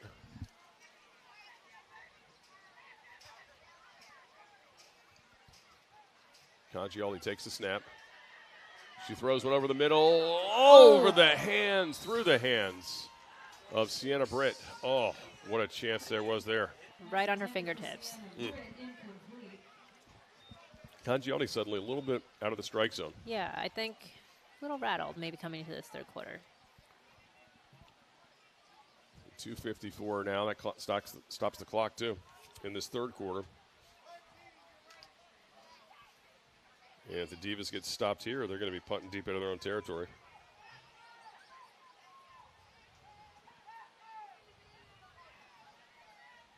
Congialdi now sends the back in motion. Snap, Congialdi looking. Now she's going to scramble. No, steps up, now steps back. She's in trouble. She's going to have to run around a little bit, try to get some space just to throw it away, and she throws it up in the air and caught by Johnson, but that's going to be well shy of the first down. I think Blakely, on the far side of the field, made like a 1-yard catch, but here comes the punting unit. That was not what the Divas wanted. Inferno's defense comes up large. Yeah, this is a tough way. They're having a bit of a tough start to this second half here. Yeah, I mean, even the opening, the first drive, they got it down there and couldn't convert and had to settle for the field goal. So ends up being a no gain, it looks like, on the pass play. So Divas unable to get a first down. Or, excuse me, get one first down, sorry, and then have to punt. And punting from their own 24-yard line. And the punter, Emily Smith, is going to be set up, looks like, around the 10-yard line. Divas are still trying to get personnel in here, some confusion. And back to receive, standing about the 46-yard line, is where the good high punt coming here. Is it going to bounce? No, it's going to be short. Oh, it hits the 40, goes backwards. Divas are going to down it. Oh, wow, great field position coming up inside the Divas 40 for the Inferno. It's interesting how for all three phases, it's been a completely different second half from the first half. Yes. So Tampa Bay will set up at the Divas 36-yard line.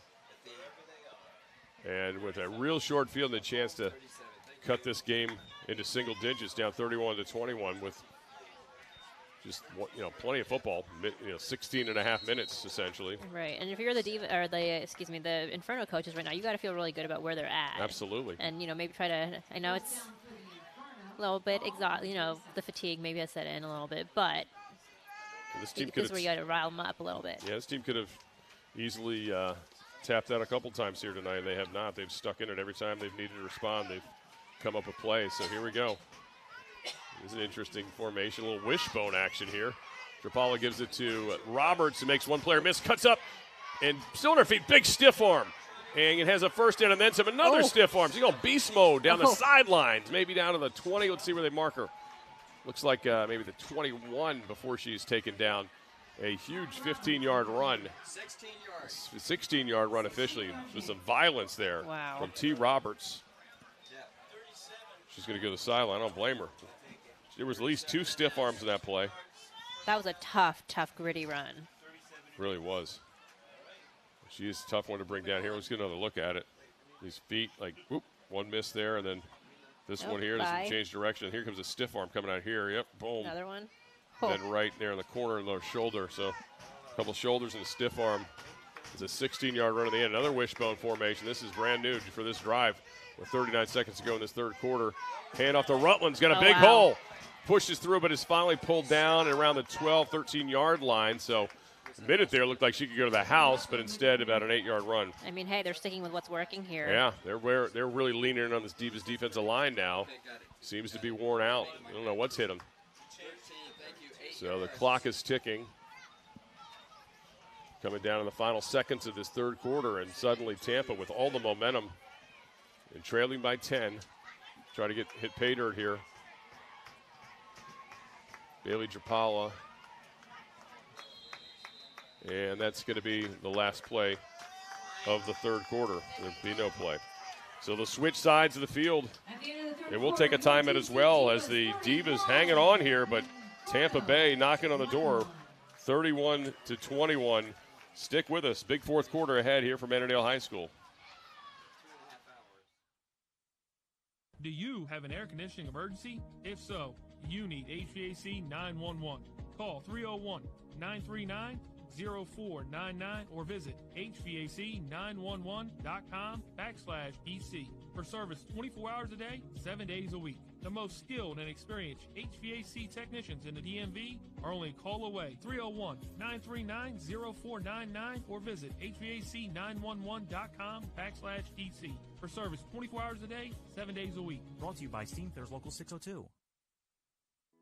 Attention, veteran plumbers and career-minded young adults. The plumbers of Local 5 Washington, D.C. want you.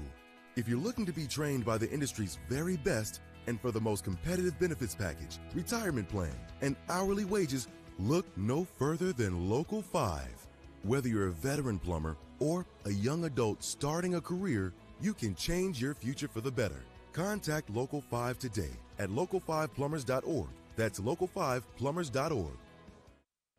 Feeling pain? Know all of your options before surgery. The top physicians at Regenerative Orthopedics and Sports Medicine are leading the way in regenerative medicine. Take a new path to healing with non-surgical treatments and state-of-the-art orthopedic care. Patients are avoiding unnecessary surgeries every day at locations across the DMV. Find out what regenerative therapies can do for you and schedule your virtual or in-person consultation with Regenerative Orthopedics and Sports Medicine. Start your dynamic diagnosis and treatment plan now at rosm.org.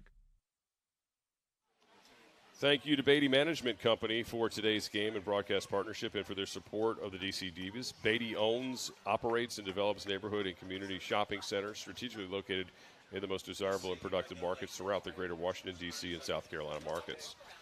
Well, we got a big fourth quarter ahead here. Scott Jackson, Melissa Kim with you as the Divas have a 10-point lead, but the Inferno knocking on the door here with a 1st and 10 at the Divas. A 2nd and 2 right now. The Divas 13-yard line, 2nd and 2 after the 8-yard run in the last play of the quarter. Yeah, the Inferno's really showing a lot of fight here. Chapala's going to roll left. She's trying to get to the corner, and she's going to get stood up and hit. We can kind of lose sight of it there with that tent in the way. Look on the monitor to see if she got it. I don't think she did. No, she did. She actually lost yardage. They're going to mark her back in the 15, so that was a loss of 2 yards on that run play. So really good defense by the Divas in the corner. Let's look at another look here. Our vantage point from the box is tough. So as you come up, a great hit there. That was a big-time hit. And that's been the case all night with King. Amaya has really had a heck of a game in the corner. So big down here, 3rd and 5. And you got to wonder, this is 4-down territory We are for Tampa Bay. definitely in 4-down territory. You got to feel like it might be. Here we go. Trapala under center. Pitch out. Here comes Roberts, left side. Makes some cut, one player miss, but gets stopped shy of the 1st down, so that's going to bring up a 4th and call it a yard. She got it to the 13-yard line. 12's the line to gain, so I don't think there's any decision at all here by the Inferno. They're staying on the field. This offense isn't leaving here, so huge 3rd down coming up for the Divas defense and for this offense. A lot of personnel changes here as Bailey comes in. Yeah, kudos. Brady comes in, excuse me. 1st and 2nd level of that Divas defense there. Everybody kind of swarmed in together. They're going to kick a field goal. I'm stunned. Huh. I really thought they would go for a 4th and 1 the way they were running the football. I guess at this point they're going to take the points. They figure they're going to have to get a field goal at some point perhaps. I don't know. Here we go. Brady, though. They are confident in her. She's a good kicker. The ball is set up at the 19, so make it a 29-yard field goal attempt. Here comes the snap. It's down. Brady's kick is low and no good. Wow. That's a big break for the Divas. And frankly, I'm a little shocked that the Inferno didn't pay off that by going for it on 4th the way they were running the ball. Wow. I guess they're not coming away with points. And I was like, oh, they're just going to take the break points for here. the Divas. I mean, that's a huge momentum swing. The missed field goal after what was really, golden opportunity with a great field position after the Divas punt. I mean, wow. Up until that point, it's probably one of their most productive drives of this game. And you could tell that they were really starting to feel themselves a little bit more. But not coming away with anything at the end of the day. So 4th quarter starts with a missed field goal. And again, 31-21 is where we stand right now. Divas on top. They'll get the football, see if they can string together some 1st downs, and wonder if they're going to try to lean into the run a little bit more. I see Struber's back out there. They got trips to the left because the passing offense has kind of been stuck here since the second half started. Congialdi takes a snap, give to Struber. Struber's going to go straight ahead, and she's got spun around maybe a yard or 2. That's about it. They gave her a little bit more momentum than I thought. They gave her to the 24-yard line. So about a 2-yard pickup.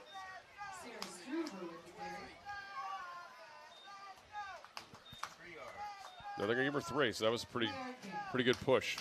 So 3-yard pickup on 1st and 10. The clock's moving.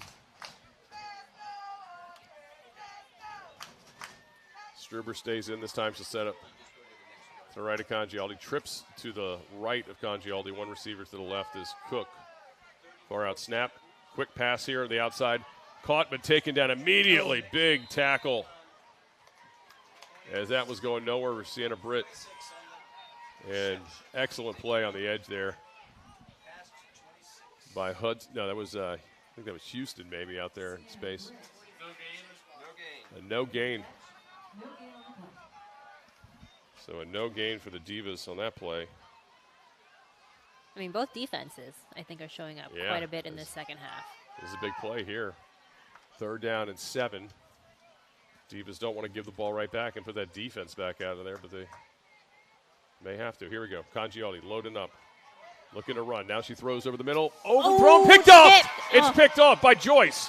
Joyce going far side of the field. She's got the 25-20 still on her feet, pushed out of bounds. And it looks like they're going to mark her down at the 16-yard line. And, boy, this Divas passing offense. Completely different in the second just half. Not in sync here in the second half at all. And Congioli got a little greedy there and threw high. And that was – let's take another look here. She had time. She bought herself some more time. Throws it, and then just behind Blakely, who tipped it up. And Joyce just took that cookie and has a great field position now for this offense. Tampa will come back out on the field. They're missing a field goal, coming up empty last time. And they'll be 1st and 10 at the Divas 17-yard line. Make that 16-yard line. Yeah, a lot of momentum swings in this 4th quarter alone already. Yeah, that was, Divas' second turnover this football game, too. Think about the one Buckman had in the first half the first and quarter. That one there. And great field position here. Straight ahead, Roberts going to maybe push it past the 10 or right around the 10-yard line they'll give her. So strong run on 1st and 10. 6 yards. So Tampa Bay trying to cut into this 10-point deficit with all the momentum right now. The clock's got a lot left on it, too. 11:20 to go. The 6-yard gain.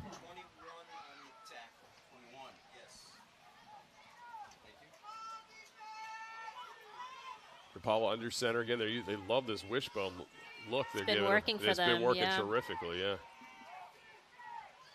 And they give Roberts right side. Roberts trying to get the corner, and she's got it. 1st down and then some, and she's riding her defender, but she luckily was pushed out of bounds for the Divas. And another 1st down. Yeah, she loves that edge. You can tell. That is where she feels at home. That is where she gets some speed and takes it away. 7 yards to the 3-yard line. So 1st and goal to goal set up now for Tampa Bay. And why make it complicated? You got to give it to Roberts. 10.5 to go, clock ticking. Again, you do have both teams have their timeouts and the 2-minute warning, so a lot of time left in this football game. But obviously for Tampa, they got to cut away at this deficit. Rapala hands it to Rutling. It's blown up in the backfield, so a couple lost there as Hall comes flying through the linebacker. Carrie Hall, huge play when they needed it for the Divas. Hall needed to make a play, and she did. Team's leader in tackles for loss. Look at her. She knocked the blocker down. Gosh. She crushed Holmes, the blocker, and then made the tackle. Wow. Oh, and she knew it, too. Oh. So tough. Yes, so tough. So 1st and goal, or excuse me, 2nd and goal now from the 5-yard line. And what a play from the Divas linebacker. Again, here we go. 2nd and goal. Pitch out. Rutland right side. She's going to get stacked up and lose yardage. Divas defense suddenly doing work. Again, Hall over there. Van Horst as well. Yeah, they're coming alive right now, right when they needed to. Wow, they're woken up. Let's see another one right here. Oh, yeah, not going anywhere with that. Voorhees came over there with Hall. Haley Van Voorhees. So now the ball sits at the 10-yard line, or 9-yard line, 3rd and goal. Yeah, sideline and the crowd getting loud here now. They're really responding to this Divas defense. Rapala under center again, I formation. They're going to try to run it again. Roberts right side. She's going to get stacked up and taken down. Taken down by the Divas. Flying in there was number 21, Jamaica Sharp, with a big play. Well, the linebackers, the Divas, in this drive have been terrific. Oh, no, we got a flag on the field. It's offside.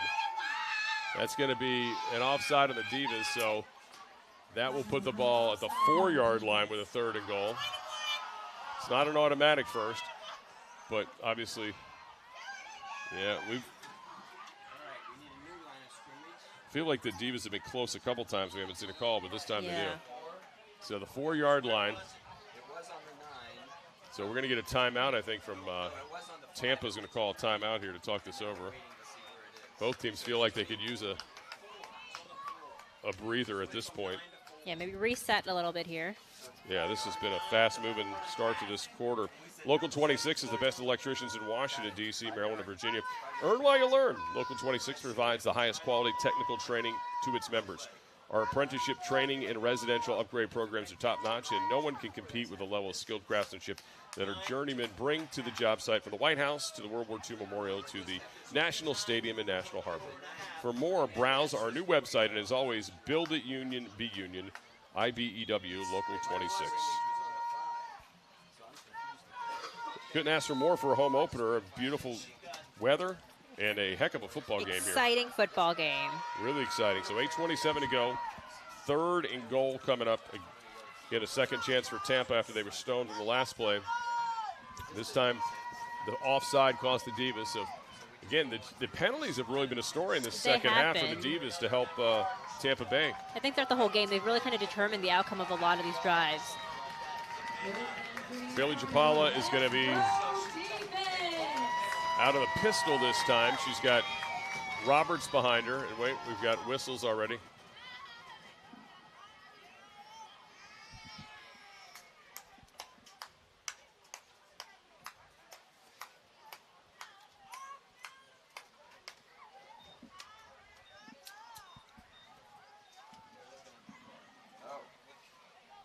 Okay. They need to change the time on the clock to 8:27. All right, here we go.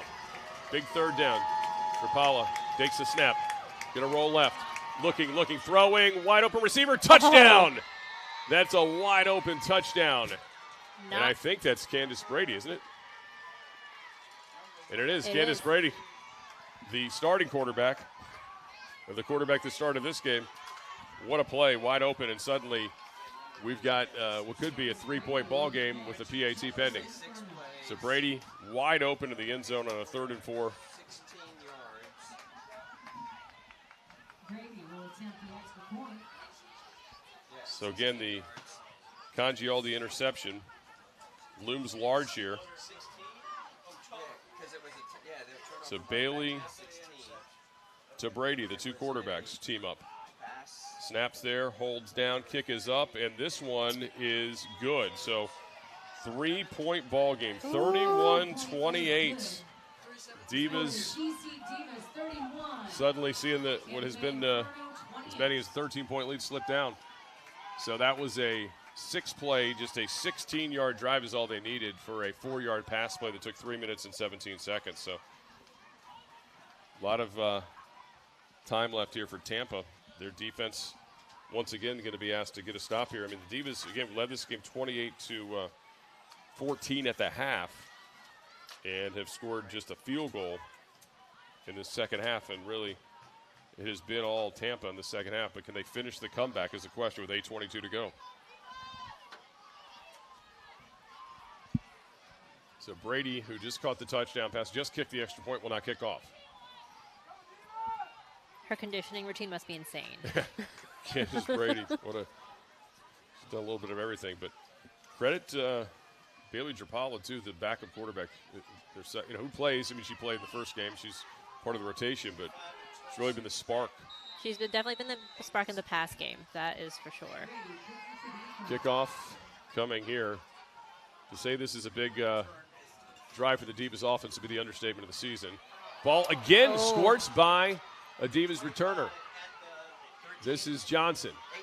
Johnson breaks a tackle on her feet, going to get knocked down across the 31-yard line. So could have been a complete disaster, but Johnson's able to salvage some field position. No flags, most importantly. Yeah, you got to wonder what's going on special teams. There may be some communication issues. This looks like they're having are they having a hard time tracking the ball? Yeah. I'm wondering. I mean, It's interesting. I mean, these lights are pretty bright, but. Yeah, not sure. So if the offense, the Divas, really needs a drive here, get some points, hold off this Inferno team with 8:12 to go here in the fourth. They'll start at their own 31-yard line. And 1st and 10. Looks like Whitney Sims is the back. Next to Congialdi to her left. It's going to be a give to Sims straight ahead. She doesn't have much room. She gets taken down after a 2-yard loss. Yeah, about 3 or 4 defenders on her there. Wow, that wasn't fooling anybody. Had Sims in the game, and they were all over that. So Sims loses yardage on 1st and 10. Clock moving. Of course, 2-minute warning. Still 2-minute timeout, I should say, to come. And obviously 2 timeouts for Tampa. A lot of time left here. Sims stays in the game. Trips to the left of Congialdi. One receiver here near side. Snap, Congialdi. Looking to load up. She's going to throw one down the left side. She got a wide open receiver. Caught by Blakely. Big play. 30, 25. Taken down to the 24. Congialdi and Blakely. Once again, Dana Blakely with a big-time play. What a throw from Amanda Congialdi. Wow. She needed that one. I mean, that could have happened at the more perfect time for those two to find each other again. 49-yard pass play. Wow. The Divas needed the most. Another look at Congialdi just loading up. Had a lot of time, a lot of confidence. And, of course, she went to number 11, Dana Blakely. So 1st and 10 from the 21. Play action thrown out. Cook catches it at 20. She's got the 15. Pushed out of bounds close to the first down marker. So good pickup on 1st and 10. Lois Cook is able to get about 8 yards. I mean, make it 8 yards officially on 1st and 10. So Divas now inside the 20-yard line in the red zone here. They need to cash in to hold off this hard-charging Inferno team, who's cut the deficit to just 3 with now 6.5 clock moving here in this fourth quarter. Yeah, they got to get into the end zone here. Congialdi's going to roll right. She's got pressure on her. Now she stops, makes the player miss. Oh. Now she's looking to scramble, spins around. She's going nowhere, and he gets thrown to the turf and loses yardage. Yeah, I don't know if that was the best idea. Have your quarterback take that hit, but she's tough. I mean, she doesn't even look like she's affected by these hits. The players that tackle her tend to get hurt. Which kind of looks like that. Looks like that is the case here.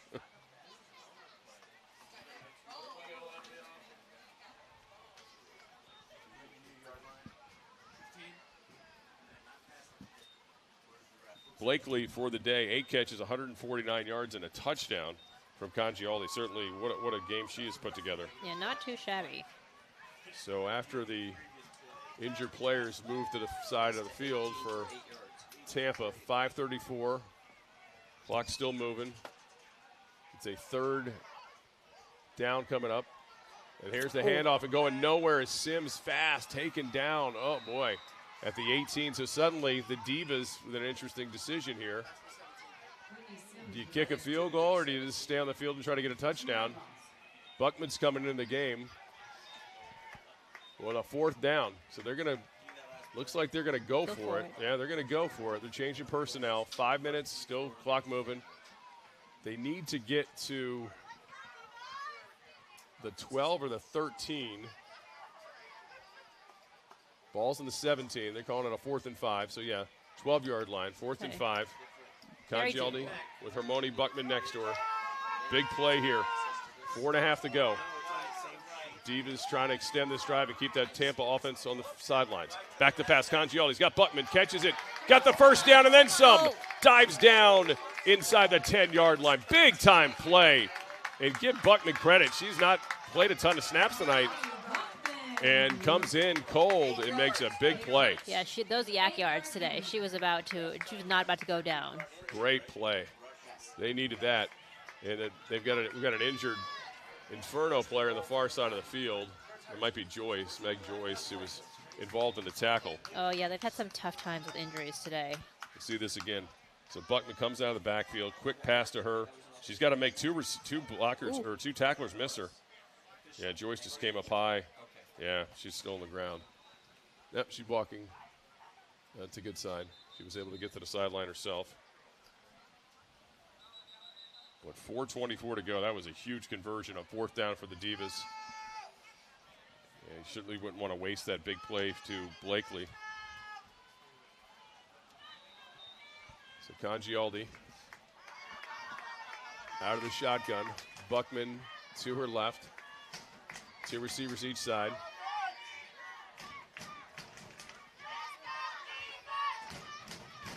Back to pass, Congialdi. Looking, throwing towards the end zone. Wide open, touchdown! Touchdown, Divas! And it is Howell for the 2nd time today. And they connect. Navia Howell. Yeah, it looks like she made a really nice cut across the end zone there to get that ball. What a nice grab. Nice play. Really well designed. Yeah, really well designed play here. So the Divas, big touchdown, and that might be the dagger. We'll see. A lot of football time left here. Yeah, wide open. Howell, just well done. Twice in the red zone, she's found herself wide open. Smith with the important extra point here potentially, too.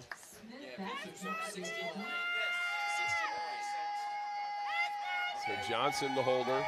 4:04 to go. Now we got flags. So the Divas will be backed up on the extra point. It's a false start. Thank you. Got it. False start on the play.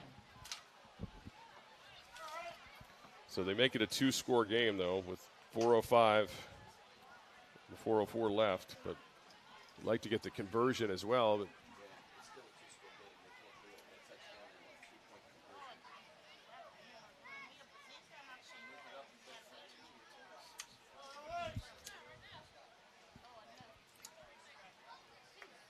snap there. Smith kick is up high and splits the uprights. Good-looking kick.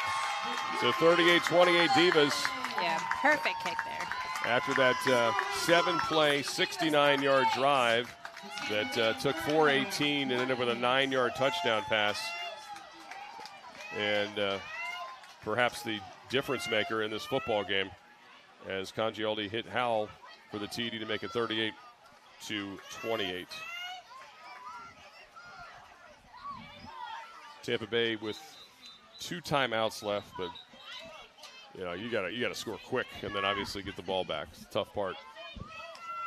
Yeah, that last drive, really well-designed plays, too, I have to say. You know, in terms of what they were able to do with the ball, they were to spread it out. Especially, I mean, that big 49-yard catch. I mean, that was so great. Yeah, and it was weird because Congialdi was kind of was a little bit off for her. Yeah. You know, and then obviously able to load one up when she needs it, has that confidence with Blakely. And every time they've needed a big one tonight, it seems they've gone number 11's way. Yeah, she's delivered. Blakely's delivered for sure. That was a big spot.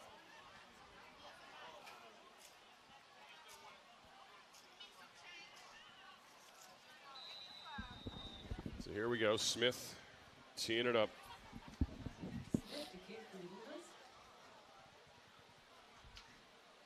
And 2 timeouts remain for Tampa plus the 2-minute timeout. So the clock will be able to stop for them 3 times. They will choose to do it. Smith, a high kick, popped up. Here comes Ramirez straight ahead. Oh, boy, 50-yard line, and she's still fighting. She's going to take it down to the 49. So 49, 48-yard line they'll give her. 48 is where the drive will start for the Inferno. So short field, and again, 3:56 to go, but they need 2 scores. Yeah, field position has definitely been working in their favor. It's just a question of whether they can take advantage of that or not, because they have on some instances, and others they unfortunately have not. Tampa Bay. Think about that missed field goal they had earlier, but they were able to get the ball back quickly because that interception.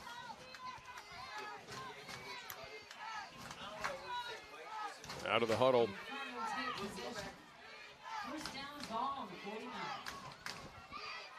Billy Trapalo's been really good here tonight, giving Tampa's offense a spark they've needed. She's got Roberts next to her. T. Roberts to her left. Hands it to Roberts, running right. Going to get stacked up, loses yardage. 3-yard loss behind the line of scrimmage. It's not really the way you want to start that drive. Getting clocks moving, 3:45 and ticking here in this fourth quarter. Yeah, this is where the clock certainly becomes a factor in this game for the Inferno, so we're definitely going to keep a close eye on that. Yeah, and they're still getting calls on the sideline. I mean, this is not a quick – I mean, the math is not working in their favor right now. They're going to have to pull off a really quick, big play.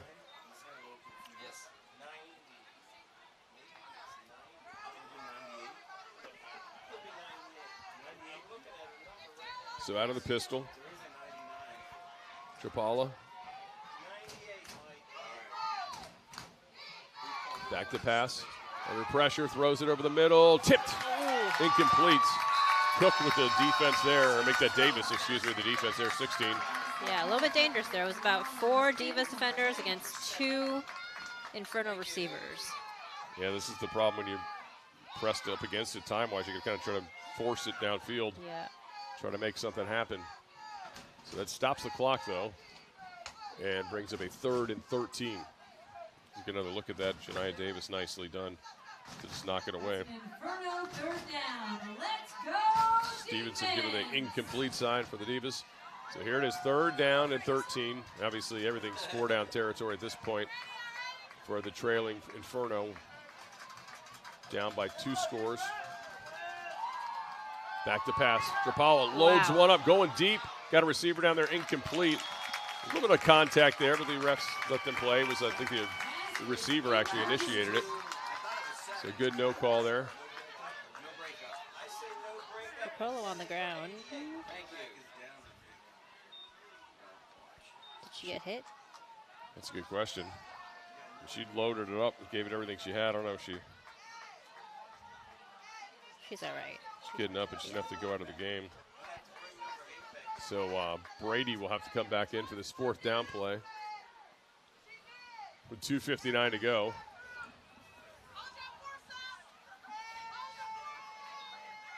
Okay, here comes the play. Looked like she got hit right as she got gunned, Hall. Oh, Ooh. yeah. Carrie Hall Taking just the laid it chest. to her. Yeah. Carrie Hall with a big hit. I think she might have just gotten a lot of wind knocked out of her. Yeah. So after Trapala had to go to the sideline, now she's coming back. Yeah, she came back in the game. Okay. Wow. Wow, she's tough. I don't know if they charged them with a timeout or not. No. Are they gonna? Oh, they're gonna punt after all this. Oh wow. I take that back. That's not Trapala. That's the punter that's out there. That's Ashley Norris.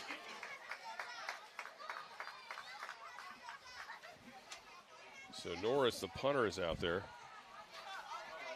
So with 2:59 to go, kind of a little bit of a.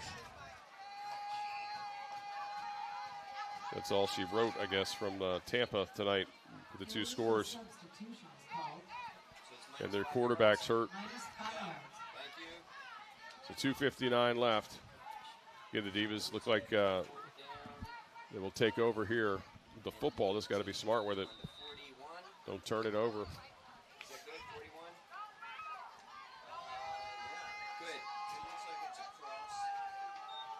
Oh. Snaps bobbled. Oh my goodness. Oh my gosh. Oh no, Norris bobbles it, and the Divas take over at the 34-yard line of Tampa's with 2 minutes and 53 seconds left. And at this point, just Be secure the smart. ball. Yeah. Don't be cute. Exactly. Kill the clock. I think just run the ball at this point. I get it. I'll let them figure it out unless you guys can see it on the play-by-play. We're at 2:53. All right, so the Divas coming on the sideline, trying to. They're 2 minutes 53 seconds away from 2-0 start. As long as there's nothing crazy that happens here, no miracles at the Meadowlands in Annandale. So Amanda Congialdi with Sims behind her. Now Sims goes in motion. Congialdi to give. And getting stacked up quickly. The ball carrier was Gooden. Vanetta Goodman. Gooden, rather. Vanetta Gooden with the carry. Loses a yard. And the clock's still moving. And it will stop at the 2-minute timeout. Doesn't look like Tampa is looking to use any timeouts. I think they're just looking to get out of here after they try to be as healthy as possible. I was going to say, they want really no had a more lot of injuries. players go to the sideline in this game, yeah. So on their own 30, on the Tampa 36, Divas going to let it tick all the way down to 2:01. 2:01. Delay a game. Okay. They're going to hit him with a delay a game at 2:01. Okay. Take a 5-yard penalty. Got to play by the rules here. Yeah. I wonder if somebody miscalculated that or they were trying to get the play off or not.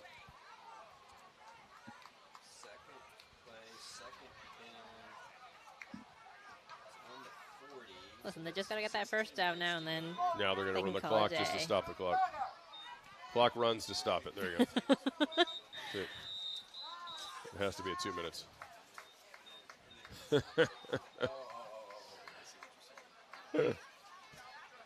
2-minute timeout. All right. Well, it is year 2 of the 2-minute timeout. Yeah. All we're right. all still getting used to it. It's Still fine. getting used. Okay. Local 5. Since 1890, the Plumbers and Gasfitters Local Union 5 has been committed to protecting the health of our nation's capital. We have made the commitment to our members and our community for over 100 years and will dedicate ourselves to be there for our future generations. Well, Divas look like they're going to can at some point work this clock all the way down. Yeah. And have a 2-0 record. Got to feel good about that. And Tampa, they did some good things here tonight after falling down early. Oh no, they certainly showed a lot of. They definitely showed a lot of fight. You got to give them credit for that. I mean, there's nothing as like no such thing as a good loss. You know, I know people talk about good losses a lot, but they have to be proud of the way that they fought back and were able to overcome some of the adversity that they had to in this game. So from here, the Divas hit the road at the Vixen on next week, and then 2 weeks from now, I'll be back at home against the Pittsburgh Passion. We'll be a back-to-back Pittsburgh matchups, too.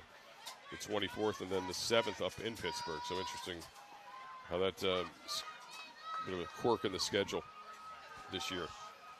Makes for some easier game planning, I suppose. Yeah, exactly. No surprises. It's almost like an NBA playoff. Congialdi, shotgun, throws it, tipped, picked off. What did we just say? Don't do anything crazy here. Oh, no. You gotta be kidding me. The announcer jinx is really not really working in our favor right now. You got to be kidding me. What a play by Margaret Etheridge. Margaret Etheridge with the play with 1:54 to go. And, you know, Tampa was kind of sitting in those 2 timeouts. Now suddenly still a 2-score game, but whew. Hey, clearly anything can happen, okay? Etheridge picked it off, but really it was Alexandra Houston that made the play. 93 that came through and tipped it. Wow. So the Divas not going to do anything easy here tonight with 1:54 to go. Turned it over again. It's the 3rd turnover of the night, 2 interceptions, and it fumbled as well. So 1st and 10 on the Divas 49-yard line. Definitely uncharacteristic of this Divas offense. For the Vixen. So the Vixen come out with a little bit of life now. Bailey Drapala pitches it back to Roberts, running right. Roberts, the head of steam, 45-40 inside the 40 of the Divas, close to the first down marker. I think they got her as a first down. They're going to move the chains, yeah. 1st and 10. Clock moving, though, 1:40 to go. But she's going to have to hop off the field. This has just kind of been the story all night for the Inferno. I mean, they've got players just hopping on and off the field, and it's unfortunate. She's really hurt, too. Yeah, I hate to see that this late in the game, too. And especially with the momentum that they were just having. And, you know, she loves that right side. She loves cutting to that right side, it seems. So here we go. Still not going to use these timeouts, Tampa. I think, again, they're still looking at this as a lost cause, but making it very interesting nonetheless. Rutland going through some Divas. Going to be close to the first down marker. Or the line of scrimmage, I should say, but I think she might have lost a yard. Might have been 1 yard loss, making it -2. Loss of 2.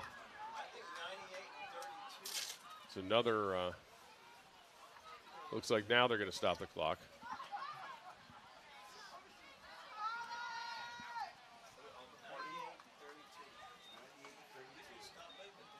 So they stop the clock. 56 second seconds. timeout of the night. I mean, look, anything is possible here. You know, it's a little out of reach, but I think. Yeah, it'd be, you're talking about scoring quick, and then you got to get an who onside knows? kick. Remember we said at 154 that True. This might be a done deal, but. Shout out to our crew, by the way. Our Linecar Media crew has done a terrific job here tonight. The cameras, the replays, the production has been phenomenal. So appreciate for all the hard work they've put in here today to make this broadcast possible. So 56 seconds left.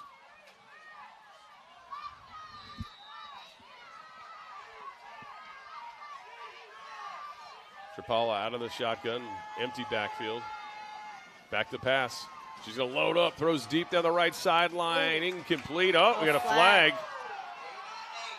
That was Meg Joyce was the intended receiver. The question is the flag on, it's on Johnson. Chink Johnson with PI. So it's college rules, not the NFL. It's not a spot foul, but it's still a significant chunk there on that play with 50 seconds left. I mean, this is where you start to get a little handsy, right, if you're the Divas. Yep. So that will put it at the Divas 24 or 25-yard line. So we're the 25-yard line. So 1st and 10 for Tampa at the Divas 25. I guess because her head wasn't turned. That's okay for the PI call. Yeah. Trapala under pressure, throws it out. Picked off. Oh! Picked off. Here we go. Watch out. Uh-oh. There's a lot of room. Knocked down. Wow. So that should finally do it. Interception by Amaya King. What a play. King has had a really good game. Phenomenal game for her today. The interception and the celebration of that. The chain gang. Yeah. Turnover chain. Turnover chain time. So the turnover chain is out for the Divas. It's a good night here as they're putting it to a close. I think this entire Divas crowd breathed a sigh of relief there. No question. Again, it was still very tough math for Tampa, right? But if they get a touchdown there, you're like, okay, we've seen stranger things happen here tonight. The fact that they even got the ball and had a chance again, which should have never happened. But the interception throw now. Congialdi under center with 40 seconds to go is going to take a knee. And that should be enough. Maybe I think one more. Yes. Nope.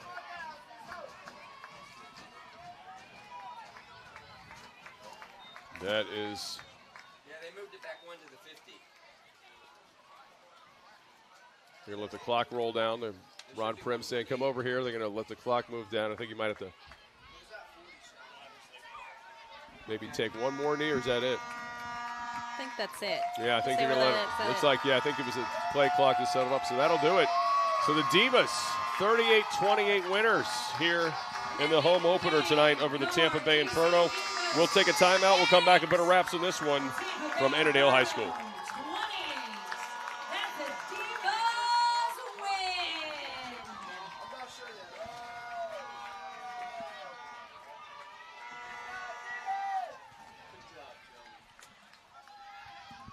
Thank you, everybody, for coming out tonight and supporting your DC Divas.